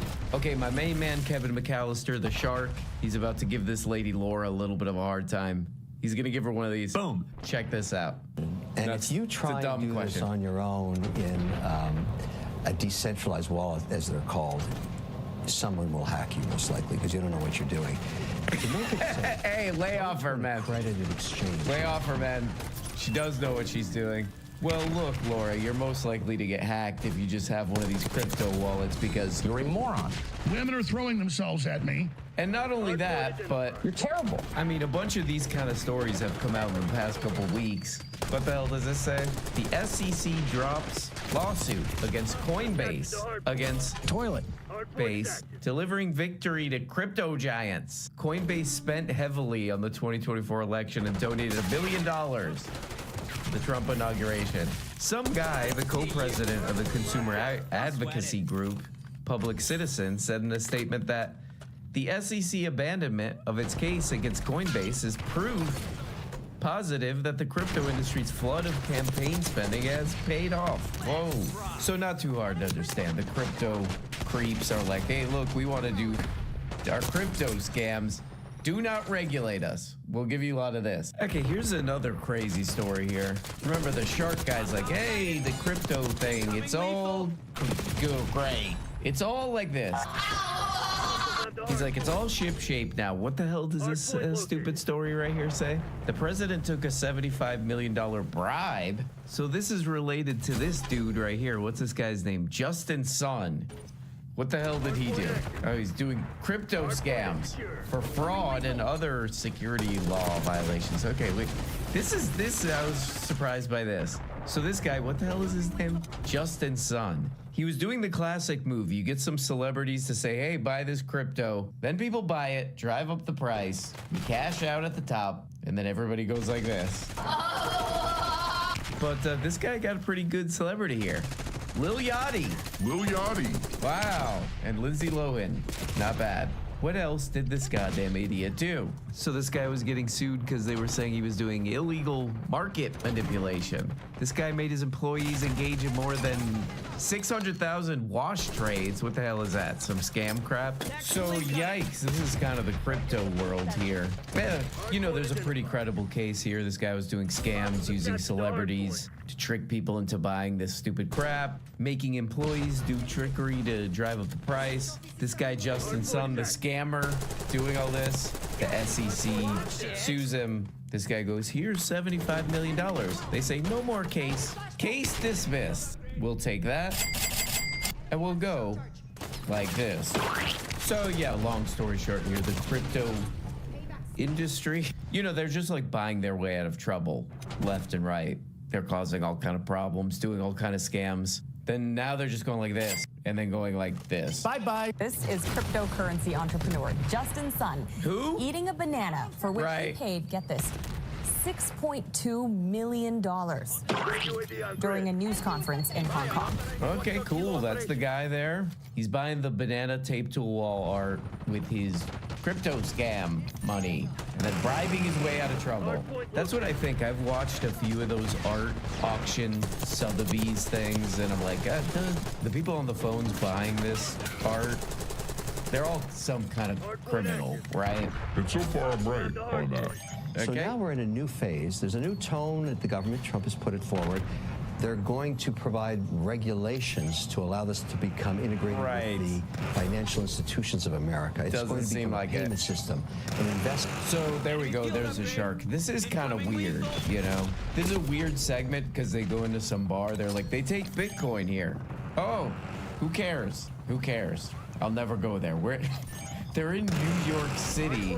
They're in Trump country, New York City, where they found a guy who takes Bitcoin for the drinks. What's the point of this? I totally guarantee that there's a long part that they had to cut out where Kevin Sharkington was like trying to figure out how to, whatever the crypto version of Venmo is, this guy the money for the drinks.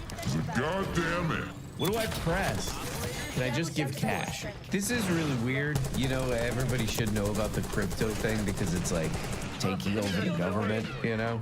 And all these weirdos, Elon Musk, Peter Thiel, all these creeps, they're all into it. That Mark Andreessen weirdo, that guy looks like this. Okay, it's not nice. But in all these segments, all these people who are really hyping up crypto and Bitcoin, oh, it's gonna, they never explain like how it's gonna actually work. It's not a currency, it's speculative because it's like, it's not stable. It's all over the place and nobody uses it. Like 1% of people use it for transaction. It's probably Kevin and his girlfriend, Laura. They're probably the 1% at this bar at this time. Nobody uses it. Nobody wants it. The crypto thing is crazy because I can't really put together a good side for this. It's not a currency. It's too volatile. It's not really good for speculative stock type stuff because it's all over the place. But man, are there bad sides to this. People getting scammed. I mean, Kevin O'Leary, this idiot, he's like, they're going to regulate it. Well, they bought the government. So no, they're not. So they're either gonna do some kind of totally rigged, like something worse than a casino, basically, where really nobody should invest in it because you're definitely gonna lose money, or they're gonna figure out a way to like force people to use it, and all kinds of bad stuff could come from that. So not looking good in the crypto world as usual. Okay, this is one of my new favorite shows. This is terrible. This is like if NPR was worse somehow. Barry Weiss, the Free Press. Oh, great. Let's check it out. From the Free Press, this is Honestly, and I'm Barry Weiss. Go ahead, Bear. Have you ever gone on the internet and stumbled onto combos of words or perhaps non-words? I'm talking Dogecoin, the Shiba Inu one. Never heard of that. Coin, or Bored Ape NFT. Nope. If those things sound like gibberish, don't worry. We're going to explain. Good. And also, it's time to start learning them because they exist in a new financial ecosystem, the world of crypto. I'd rather a market not. that started just 15 years ago and is now worth more than $3 trillion. This new world has caught the attention of a lot of people, including President Donald Trump. What is this? What is this music? What the hell is this little heist-ass music? Ding, ding. This is all common sense that we're talking about today, and Bitcoin. Yeah, it is. I mean, it is a heist. Will skyrocket like never before, even beyond your expectations, and you are the people that are doing it. Since coming to office, Trump has appointed a crypto czar, floated the idea of a national crypto stockpile, and launched his own meme coin, as did First Lady Melania. They reportedly made $100 million in just trading fees so far. To top it off, he's taking calls from the biggest names in the business, one of which... Good God. Oh my God, this goddamn lady. No one, is anyone watching this? 10,000 views in 10 days. No. Somebody is funding this thing. It's not paying off, views-wise. Yeah, so I'm just giving you a hard time. I do really like that intro, though. Like, oh man, this guy's taking calls from some of the biggest names. He's floated the idea of a crypto czar. He made a bunch of money on fees. Like an honest intro to that would be like, oh, some crypto weirdo billionaires gave this guy a bunch of money. Now they are unregulated. By the way, this would probably happen on the other side too, and it has. Bipartisan corruption. But that's an even crazier intro when you remember that story I just read where there was a guy under investigation for doing crypto scams, and he just gave $75 million to this guy Trump, and then they're like, investigation over. She doesn't mention that. She's just like, oh, he had this awesome idea. It's not like they are showering these people with money. It's they had an interesting idea about doing crypto, even though just a couple years ago they were saying it's a scam. Okay, I'm thinking that this might just be a way to trick, you know, kind of sucker people into just basically gambling their money away to rich people like Mark Andreessen on these goddamn crypto stupid things. Because most people are not into this. Because most people do not like this crypto crap. Majority of Americans aren't confident in the safety and reliability of cryptocurrency. It's crazy how, kind of crazy how unanimous this is. 63%. Pretty much, if you look at that graph, pretty much all of them are like, not into it. No one likes crypto. And here's another thing. Almost no one uses Bitcoin as currency. New data proves it's actually more like gambling. This is an interesting part that kind of gets left out. Little use for payment. The whole point of Bitcoin, as its creator, some guy, stated in the opening sentence of the 2008 white paper, a purely peer-to-peer version of electronic cash would allow online payments to be sent directly from one party to another without going through a financial institution. But the latest data demolishing this idea comes from Australia's central bank. As the following graph shows, cryptocurrency is making almost no impression as a payments instrument, being used by no more than 2% of adults. This is kind of telling. By contrast, more recent innovations such as buy now, pay later services and Pay ID are being used by around a third of consumers. That makes sense. So stay away from this dumb crypto. So that's kind of crazy. Nobody's really interested in this thing. And then there are some people who are like, ooh, maybe if I get in, I can make some money off of this. And even those people, that minority of people are constantly getting scammed. They're constantly getting this. Boom, boom, boom. It is sort of weird watching this because it's like, there's just nonstop scams in this crypto world, and those scams help them like make a lot of money. Now they're just using that money to control the government. Doesn't seem good. It's just like, how not good is that gonna be? But anyway, guys, you tell me what you think. Are they just trying to trick people? Are they just trying to trick these fools out here into playing a slot machine that's even more rigged than a real slot machine? Are they trying to track people with digital currency? What the hell do you think? Put it below. Now I gotta get the hell out of here. Bye-bye. Hey, don't forget to subscribe on Patreon, link in description, because you are missing episodes right now. You are missing episodes every single week. That's, yuck. Don't do that. Click the link in the description to subscribe on Patreon. Bye-bye.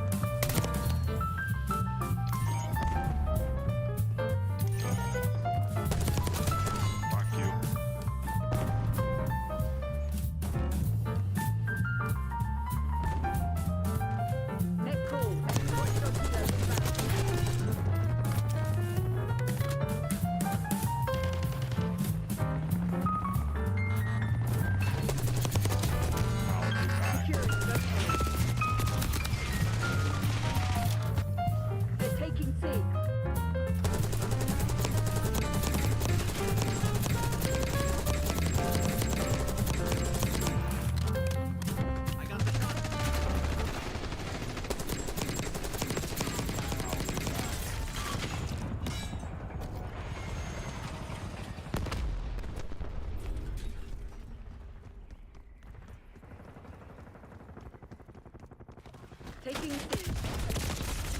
Here we go. Taking Alpha. Enemy scout post detected. Here is Schumer talking about the government shutdown. Now, we went through all of his very lame, really genuinely lame excuses and justifications for this.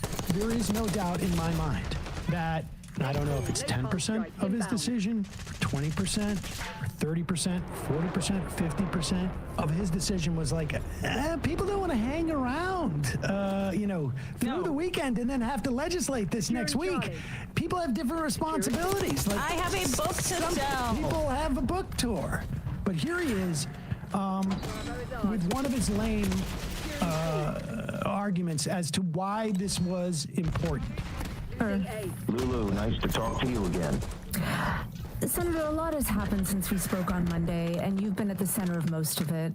In our first conversation, you said you had a plan going forward to fight Republicans, but then only a few days later, it looks like your own party is in a civil war.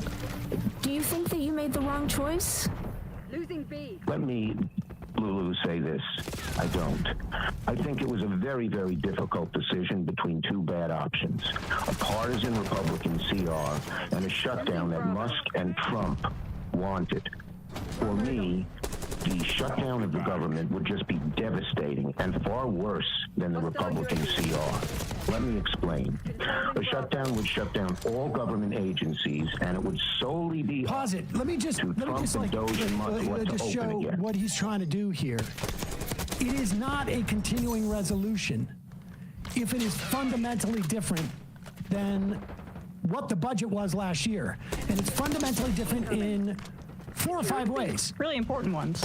One, it completely eviscerates Washington, D.C.'s budget by like $1 billion. And he supposedly has said in other places, we'll go back to that. We'll deal with that later. Oh, I'm sure the Republicans will be open to that now that you've been rolled. 2, the funding levels are not the same. 3, the funding levels create actual slush funds because Doge and Elon Musk and Trump and the Republicans have been engaged in a rolling shutdown of the government. Mm-hmm. And so any money earmarked for those agencies suddenly becomes some type of slush fund that Trump can do other things that are not appropriated by Congress. So even to call it a continuing resolution is a lie. And he knows he has to use this lie because it sounds even worse that he just passed a Republican budget with not a single amendment, without a single negotiation, with one single vote in the House. He's using the Republican lie. Yep. About that it's not continuing. It's a new, it does new things. In CR. Let me explain.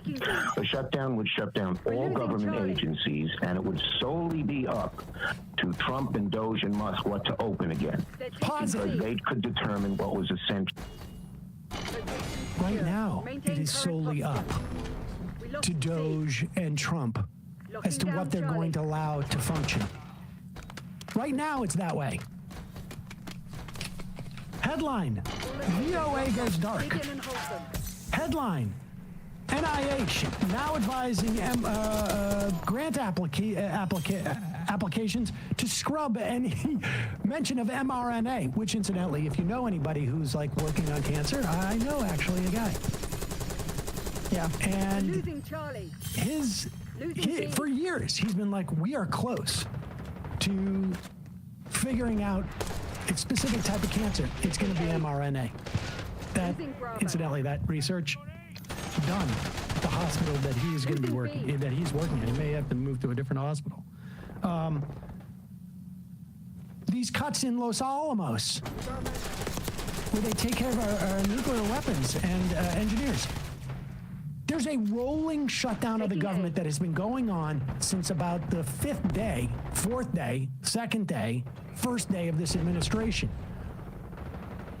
So the idea that this is going to, that a non-continuing resolution would empower Trump and Musk to do anything differently than they're doing right now is rather specious. The only difference would be is that there would be more news about it. And I say this only because sort of there's an inherent contradiction in what Schumer's strategy is. His strategy is to let them hang themselves, but also we don't want to give them the rope to hang themselves. Give them a lot of slack. I'll be back. Go ahead. A shutdown would shut down all government agencies, and it would solely be up to Trump and Doge and Musk what to open again, because they could determine what was essential. So their goal of shutting down, of decimating the whole federal government, of cutting agency after agency after agency, would occur under a shutdown. It would be devastating. Headline: Trump and Musk decide ICE is the only essential service as people go without food, as people go without SNAP, as people go without Medicaid, whatever it is. I mean, this is the nightmare scenario that Chuck Schumer imagines. Whereas now, they're just chipping away at this stuff. They're cutting the Social Security Administration. Yeah. This is what a government shutdown would have indicated. It would have alerted people to the more subtle ways that the Trump administration is engaging in a rolling government shutdown, because people would have felt it as opposed to it being in quiet. 2 days from now, on a shutdown, they could say, well, SNAP, food stamps for kids, is not essential. It's gone. All veterans' offices in rural areas are gone. Social Security, Medicare, Medicaid, they're not essential. We're cutting them back. So it'd be horrible. The damage they can do under a shutdown is much worse than any other damage that they could do. Pause it. They're literally doing that now. They're literally doing that now. And so Schumer's own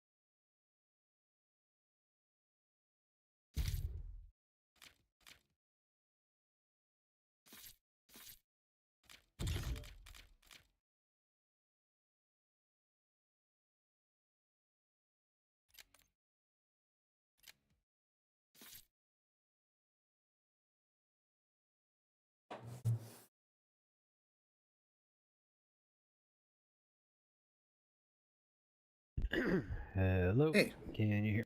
Hello. Can you hear me? Yep. Here. Got you loud and clear. What's going on, man? How are you? I'm doing all right. I had 3.5 hours in the dentist office today.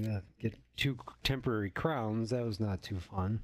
Yes. Got through it. Yeah. Something It's happened? better than Like, losing the teeth. what did? Well, I mean, the last time I had a checkup not too long ago, they noticed I needed a filling redone, and she thought that one of the other molars where I had an old filling looked like it was kind of splitting the tooth, and it could just like basically just crack the whole tooth apart eventually.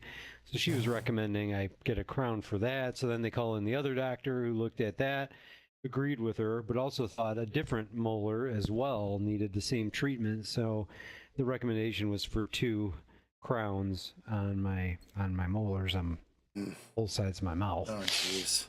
And so I scheduled it, and today was the day. I got temporaries on right now, so they have to make the actual crowns and then come back and they put them on. So Do they have to numb me up or anything? They went all right. Oh yeah. Because they have to grind the tooth down to put the fucking crown on top of it. Oh, it's so disgusting. The smell of burning teeth is not a good smell. Screw all that, man. So disgusting. How did your workout go? Oh, good. Did you make the gym Yeah, I today, went to the or? gym. Yeah. Got myself a locker. Cool. All that stuff. I hit the track for a little bit. Some power walking. I got this app called 5K. I'm gonna start using that. It kind of like builds you up. You go in like intervals and shit. That's key. Also, I got this other app. Go slow. And I'm gonna do some strength, just to kind of facilitate the run. And yeah, that's about good. That's the plan right now. I've got a bathrobe coming. For the locker room. There you go. Yeah, they have like a hot tub too, don't they? Like or a whirlpool or something like that. Yeah, they got a hot tub. They've got a sauna. Yeah, use that once or twice. About it, but yeah, I think the pool, if I remember correctly, had its own kind of wave system on it that pushes you along. Yeah, it's called like a lazy river kind of pool. Like it's kind of it has a flow. Yeah, you can just kind of float along. Yeah, it's pretty cool. Yeah. Saw that. Great facility. Yeah, it's actually really. So yeah, I'm all in now. I just gotta. Just have to avoid the juice bar. They used to have a juice bar on the bottom they still got floor or whatever. Yeah, I mean, like the thing about those is like if you look at the calorie content and the sugar on those, it's like it'll negate your workout and then some. Yeah. It's like, oh yeah, just did a workout and well, I'll just get rid of that workout right here. What the fuck? Never quite understood the point of it. No, I get that. Takes me a half hour to burn 300 calories on the elliptical machine, and I'll be sweating by the time it's done. It doesn't take too long to negate that with a sugary drink. No, absolutely. Domination. We lost B. Now I'm going to be doing some hardcore calorie counting. All locations locked down. Dig in and hold them. Losing A. They're taking C. Yeah, I just got a box of Soylent. We lost A. It's when I do the Soylent popcorn thing, I have Taking A. Oh, Losing B. I haven't been doing that, and We're losing Charlie. out of control. I can't drink. That's all.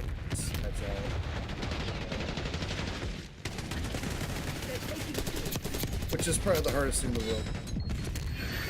I could probably, like, literally live off grass growing outside. As long as I can just keep. Losing Bravo.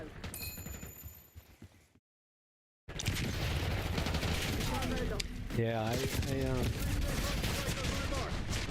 find it easier to get through the week without doing it every day if I drink some kind of, like a Diet Coke or Diet Ginger Ale, or just as long as I'm drinking something. Yeah, for sure. Something that's not high calorie, kind of gets rid of the, at least partially. Yeah, I know what you mean. Sorry. Taking C. Enemy UAV inbound. I mean, I'm still gonna drink social. Yeah, I'm trying to make it like I don't drink alone. And just going to a bar and being around people I don't know.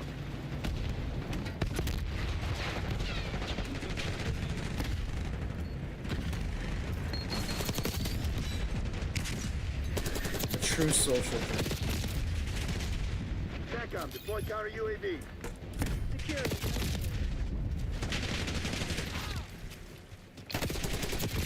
Top speed.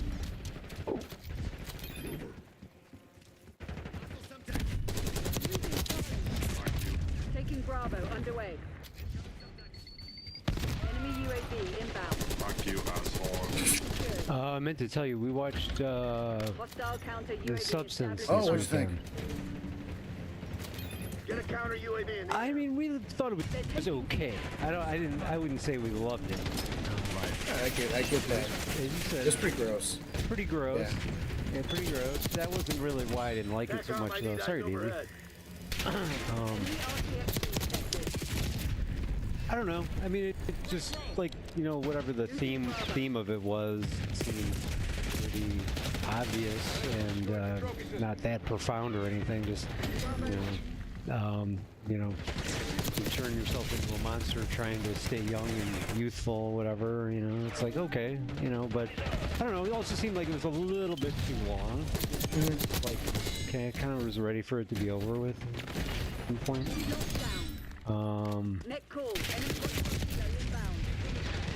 But it was, makeup was good, the acting as far as that went was pretty good. Taking Alpha. Nothing clean, right? Hostile. Do you ever hear Arnold say nothing clean, right? Yeah, he says that a lot. I don't know what that's from, but that's from Wash Day Tomorrow. He's like repeating. No, at the very beginning when he shows up and he's naked, and the guy says, "Wash Day Tomorrow, nothing clean, right?" Yeah. And he just repeats it. Yeah. Okay, I knew it was something like he was repeating something somebody else said, but I couldn't remember what that meant. It's a weird one to pull. He says that a lot. yeah, nothing clean, right? Hostile UAV established overhead.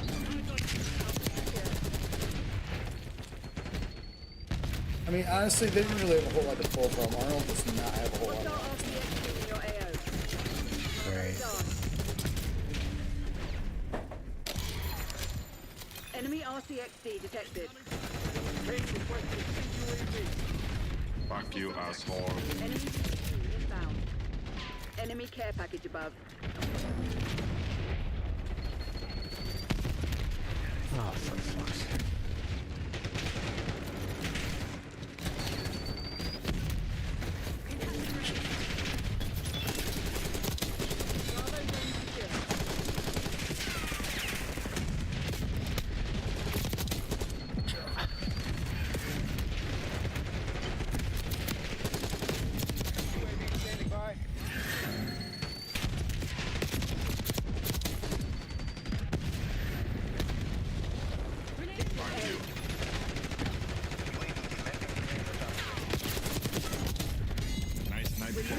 Oh, you get a nice night for a walk.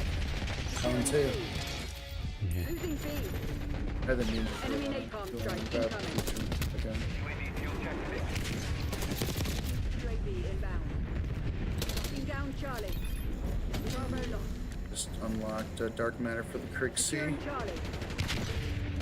Burning through these.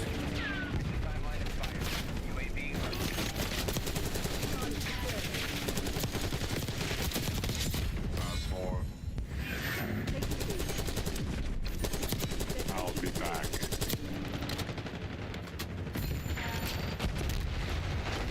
Right. I'll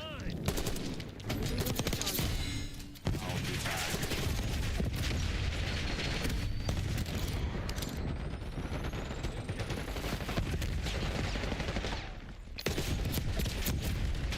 What was your opinion of the substance? I thought it was fun. Give it like a. I didn't think it was A or anything B, I or thought it was fun. That's about it. I like this. I thought the special effects were. I thought it was like made my skin crawl. Yeah. Yeah, like I thought that. Yeah, definitely. I thought the girl was like insane hot. That was pretty great. Oh yeah. Oh yeah.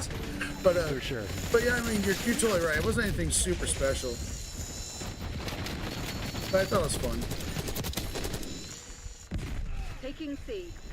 One thing I didn't understand is, okay, so you're Demi Moore, or whatever her name is, character.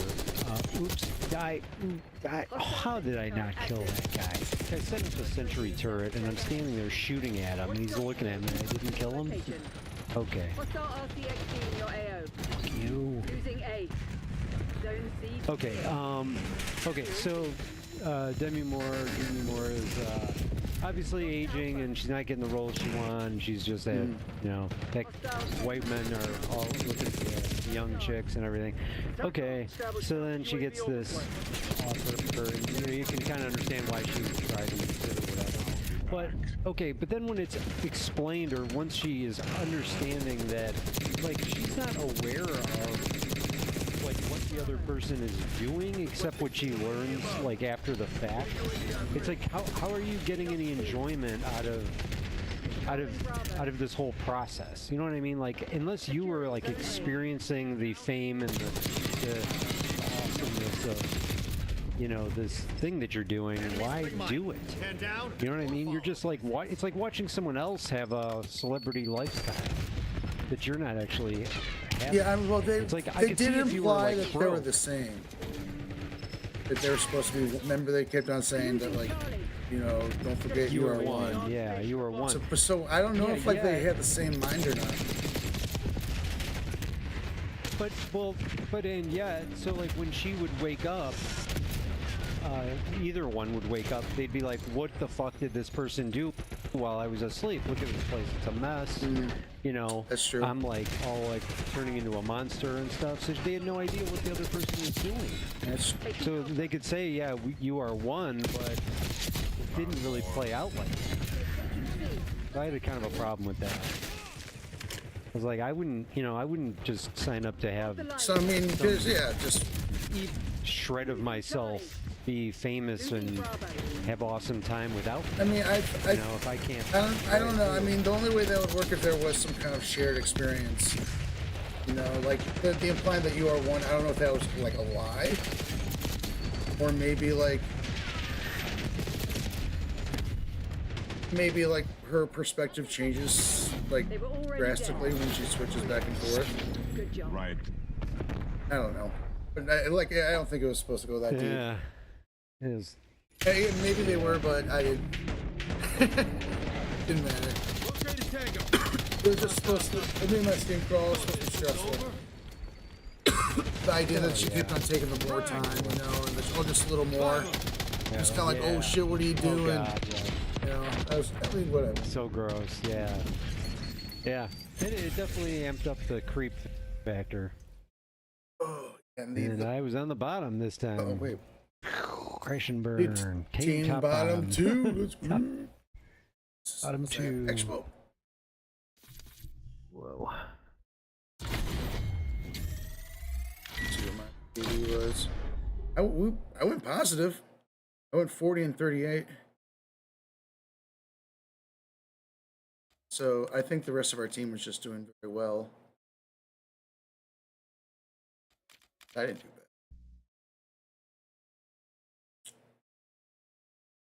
bad. I still got you. Yeah. I was trying to see what the. Oh, hit. Do you know how to? I could see the score. Hit right trigger. No, I forgot. Right trigger. Oh, right trigger. Oh, okay. It's the on middle on the left. 35 and 10. Oh, okay, I see it. Yeah. No, I went negative, but not too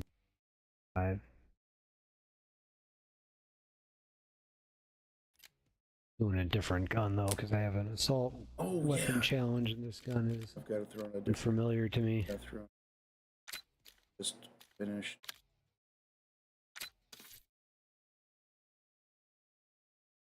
The cipher. Make sure.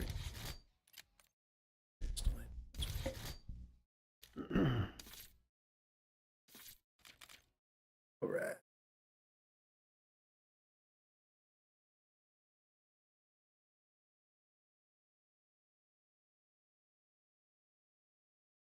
Yeah, we're doing wait, no, tomorrow's Tuesday, right? Yeah, tomorrow's Tuesday.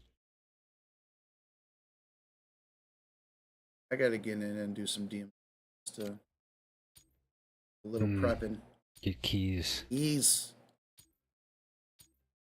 money, money, money, vests, all that good stuff. If I remember, I'll look up and see if there's a way to find, you know, where. Maybe they tell you where. Somebody can tell you where the keys are located. So I have no idea. The fuck am I gonna find a post office key?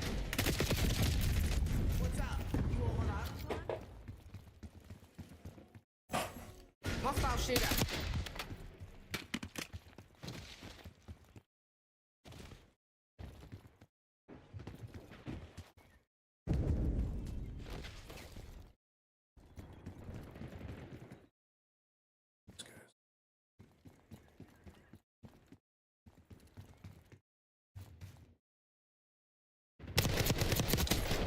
Oh, come on. What the fuck?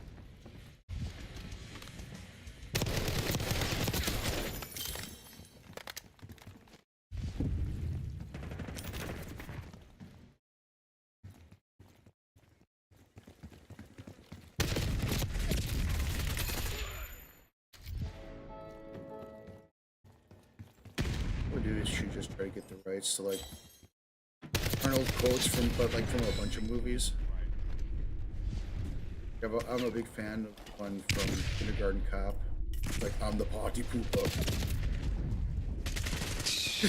Yeah. That's a good one. I think he said it on a talk show, but somebody like Letterman or somebody asked him, what do you drink? Do you drink a lot of milk to stay so big or whatever? And he's like, milk is for babies. I drink beer.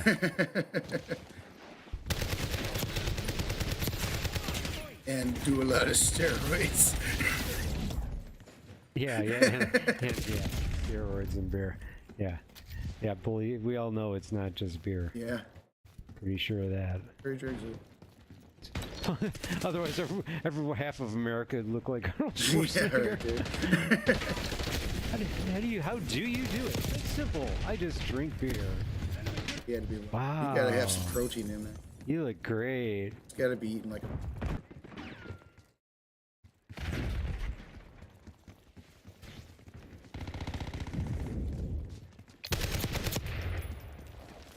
Net call. Enemy watchdog helo inbound.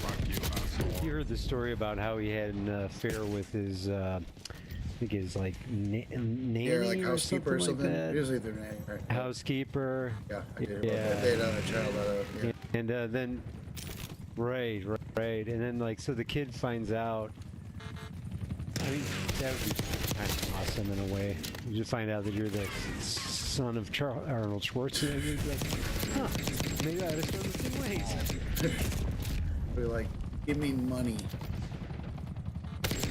Yeah, that's another bonus of that whole deal.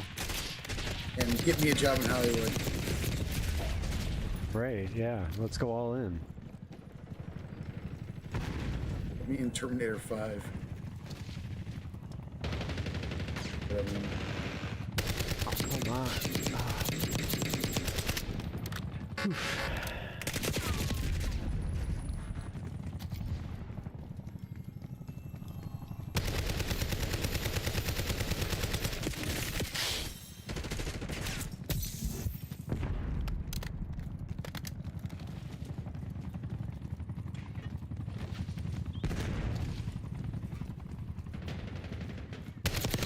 Come on. Ugh, not liking this gun.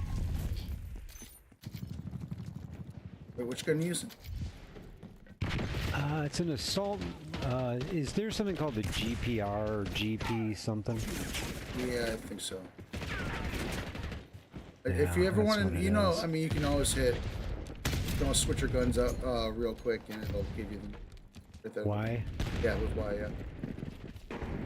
GPR. Yeah, there it is. It's very small print. Yeah. I don't know why they take it away. It's not keeping it there. I'll be back.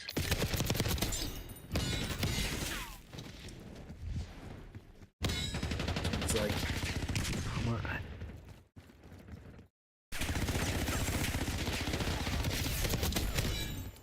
This gun blows.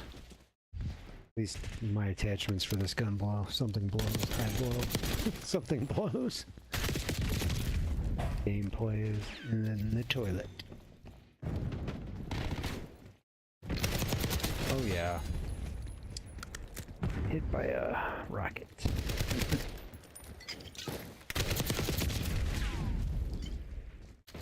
Come on, man. Dude. No one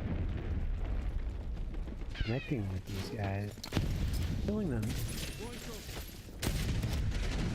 My entire magazine.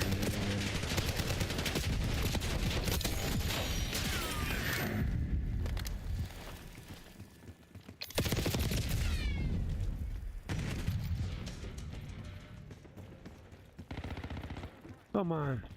Here.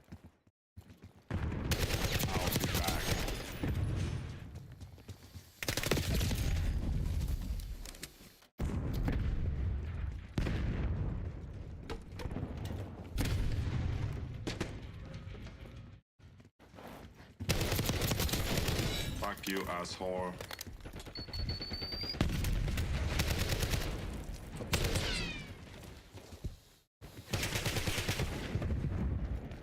Green Shamrock.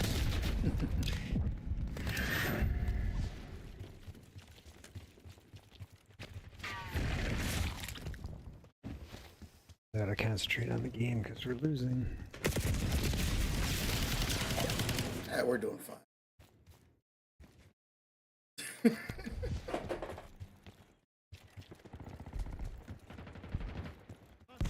They're walking all over you. Have some goddamn pride.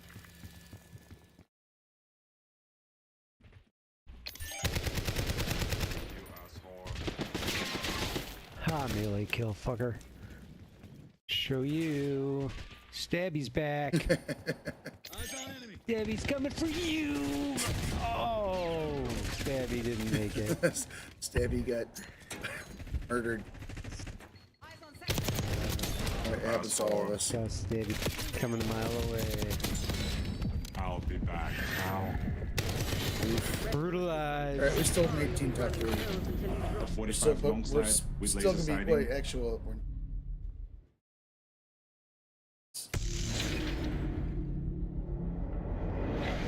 Chevy Silver. There's me getting killed.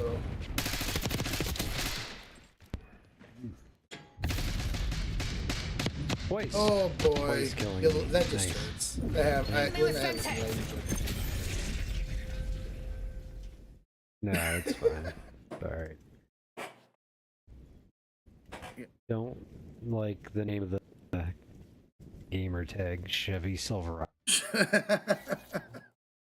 Do you own Chevy? It's just my favorite Otherwise, car. there's no excuse for that. It's like That's great.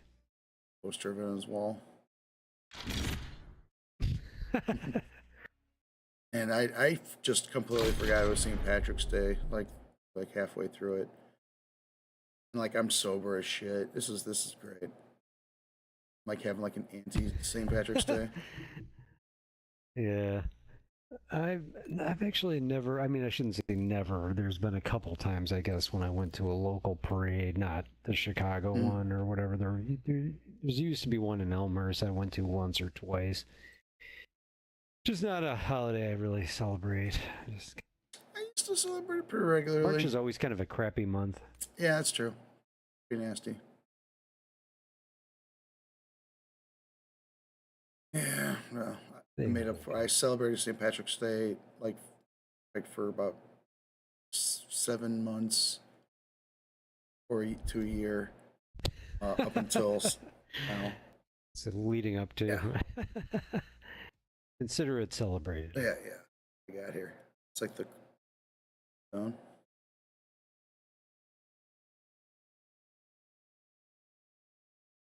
Oh man. But do you got to go? No. Oh no. Do you got time for another? Oh, okay. Yeah, I can do one more. Sure. I'm not done with all my challenges yet. Sir, get assault weapon.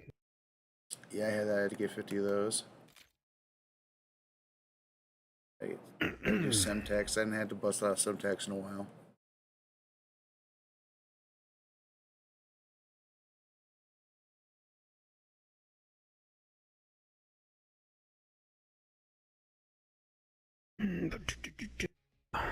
Are you about to prestige up? I think so, yeah. Is it 56, right? Yeah. A weird number. It's like, just make it something normal. I mean, it should be right when you get to 55.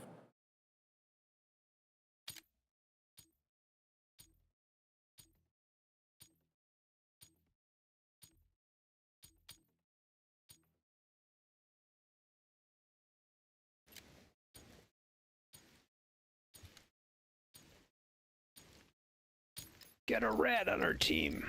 Oh, jeez. A literal rat. Dirty rat.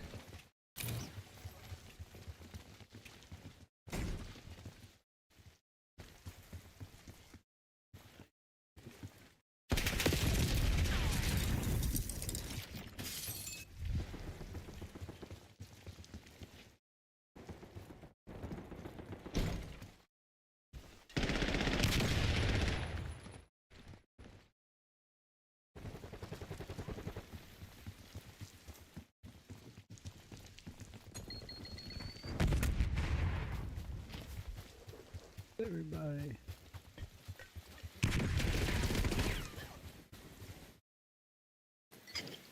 Using lethal.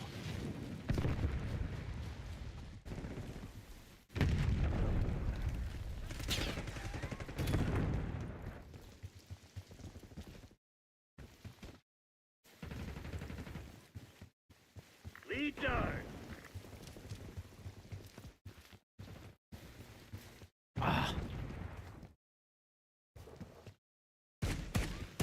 Oh, I looked up that actress you were talking about who played the younger version in Substance. Watch it. Her name is Margaret Wally, I think it is. I recognized her and I couldn't figure out from where. And then when I looked it up, I figured it out.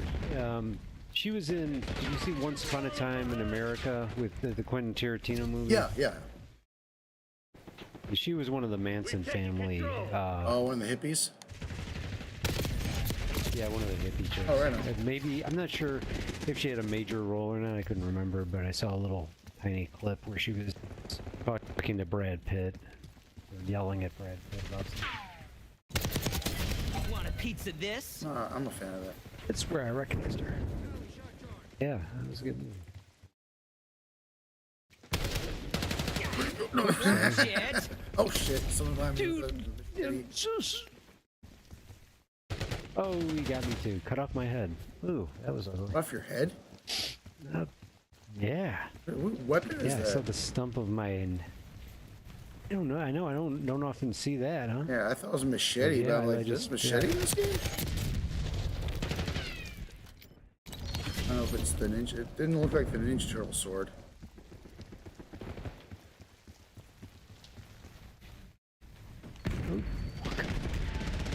Excellent work. Hostile sighted.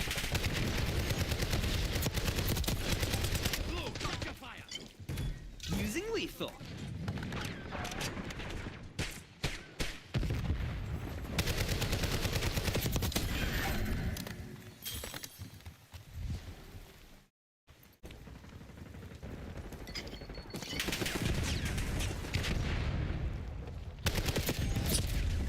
Stairs and that.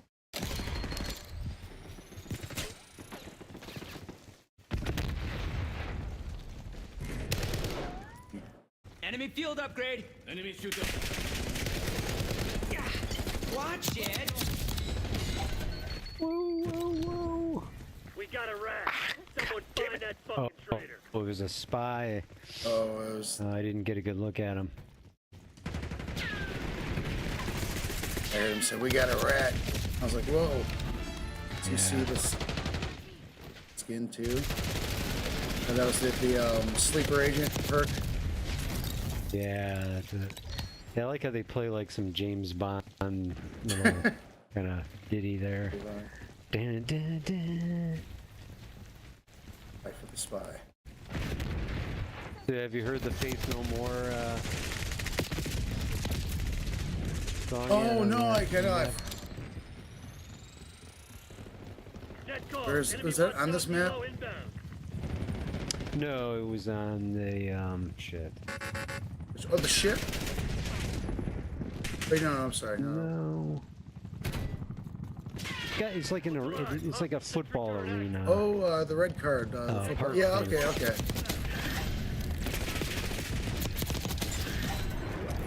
That's called red card? Yeah.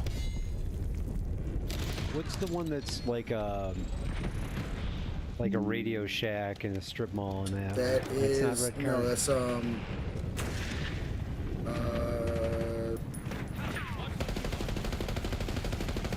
sentry turret detected in your AO. it'll come to me in a second. It's some kind of video rewind. That's it. Rewind. God, I can't believe I actually remember it. Awesome. Hostile score streak spotted. Good name. Hostile RCXD in your AO. Sighting in on enemy score streak.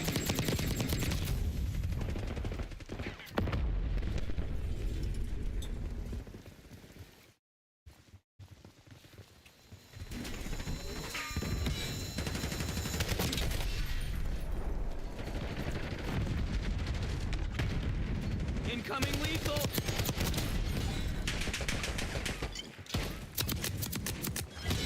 You're talking like a turtle.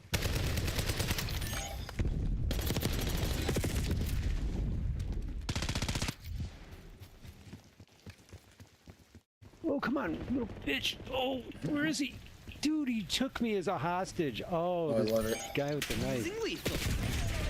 I'm calling for help. Help. Help. Oh, he killed me. I think I killed him though.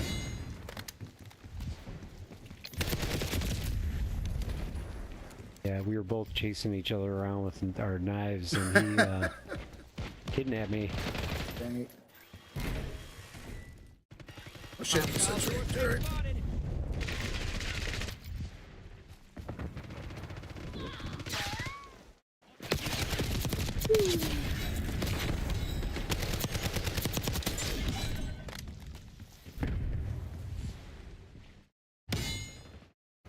Nice try, bitch.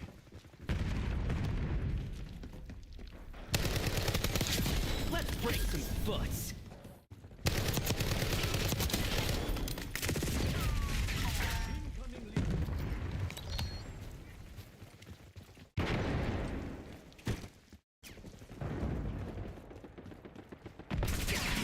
Watch it.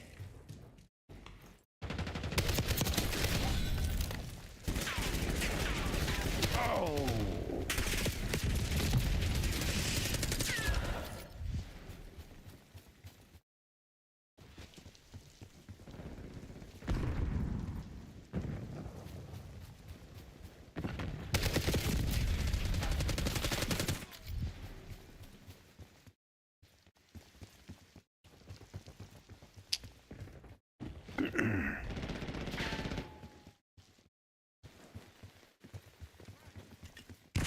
Enemy field upgrade.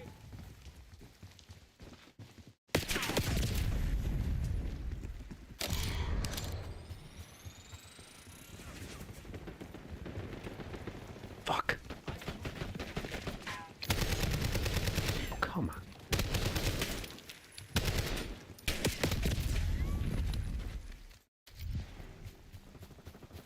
Backup's not coming. You want to get out of this alive? Better step up. Stay alert, Fred. We got a mole. Oh,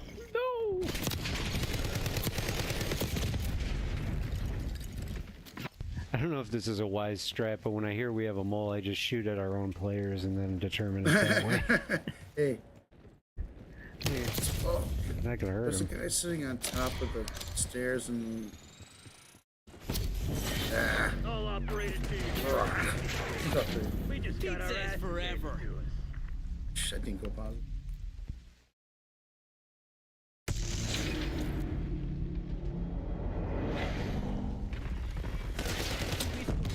Fancy seeing you. Bang.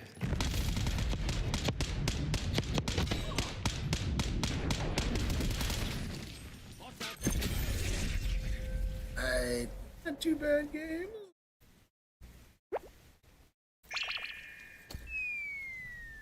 I hate sobriety a lot, but I'm sticking to it. All right, hang in there, man. Thank you. You'll feel better in the morning. Just look at it that way. 1,000 times it. You're trading up. Yeah, for sure. And that. Yeah, feel better generally, just overall. Yeah. Soon. Shit. Oh yeah, I'm gonna pass out right now. Good games. If you're on tomorrow, you know what to do. Okay, yeah, we'll be. Yeah, tomorrow's only Tuesday. Awesome. We'll be back in the multiplayer. Okay, I'll see it. I'll see you there. Okay. Have a good night. Later.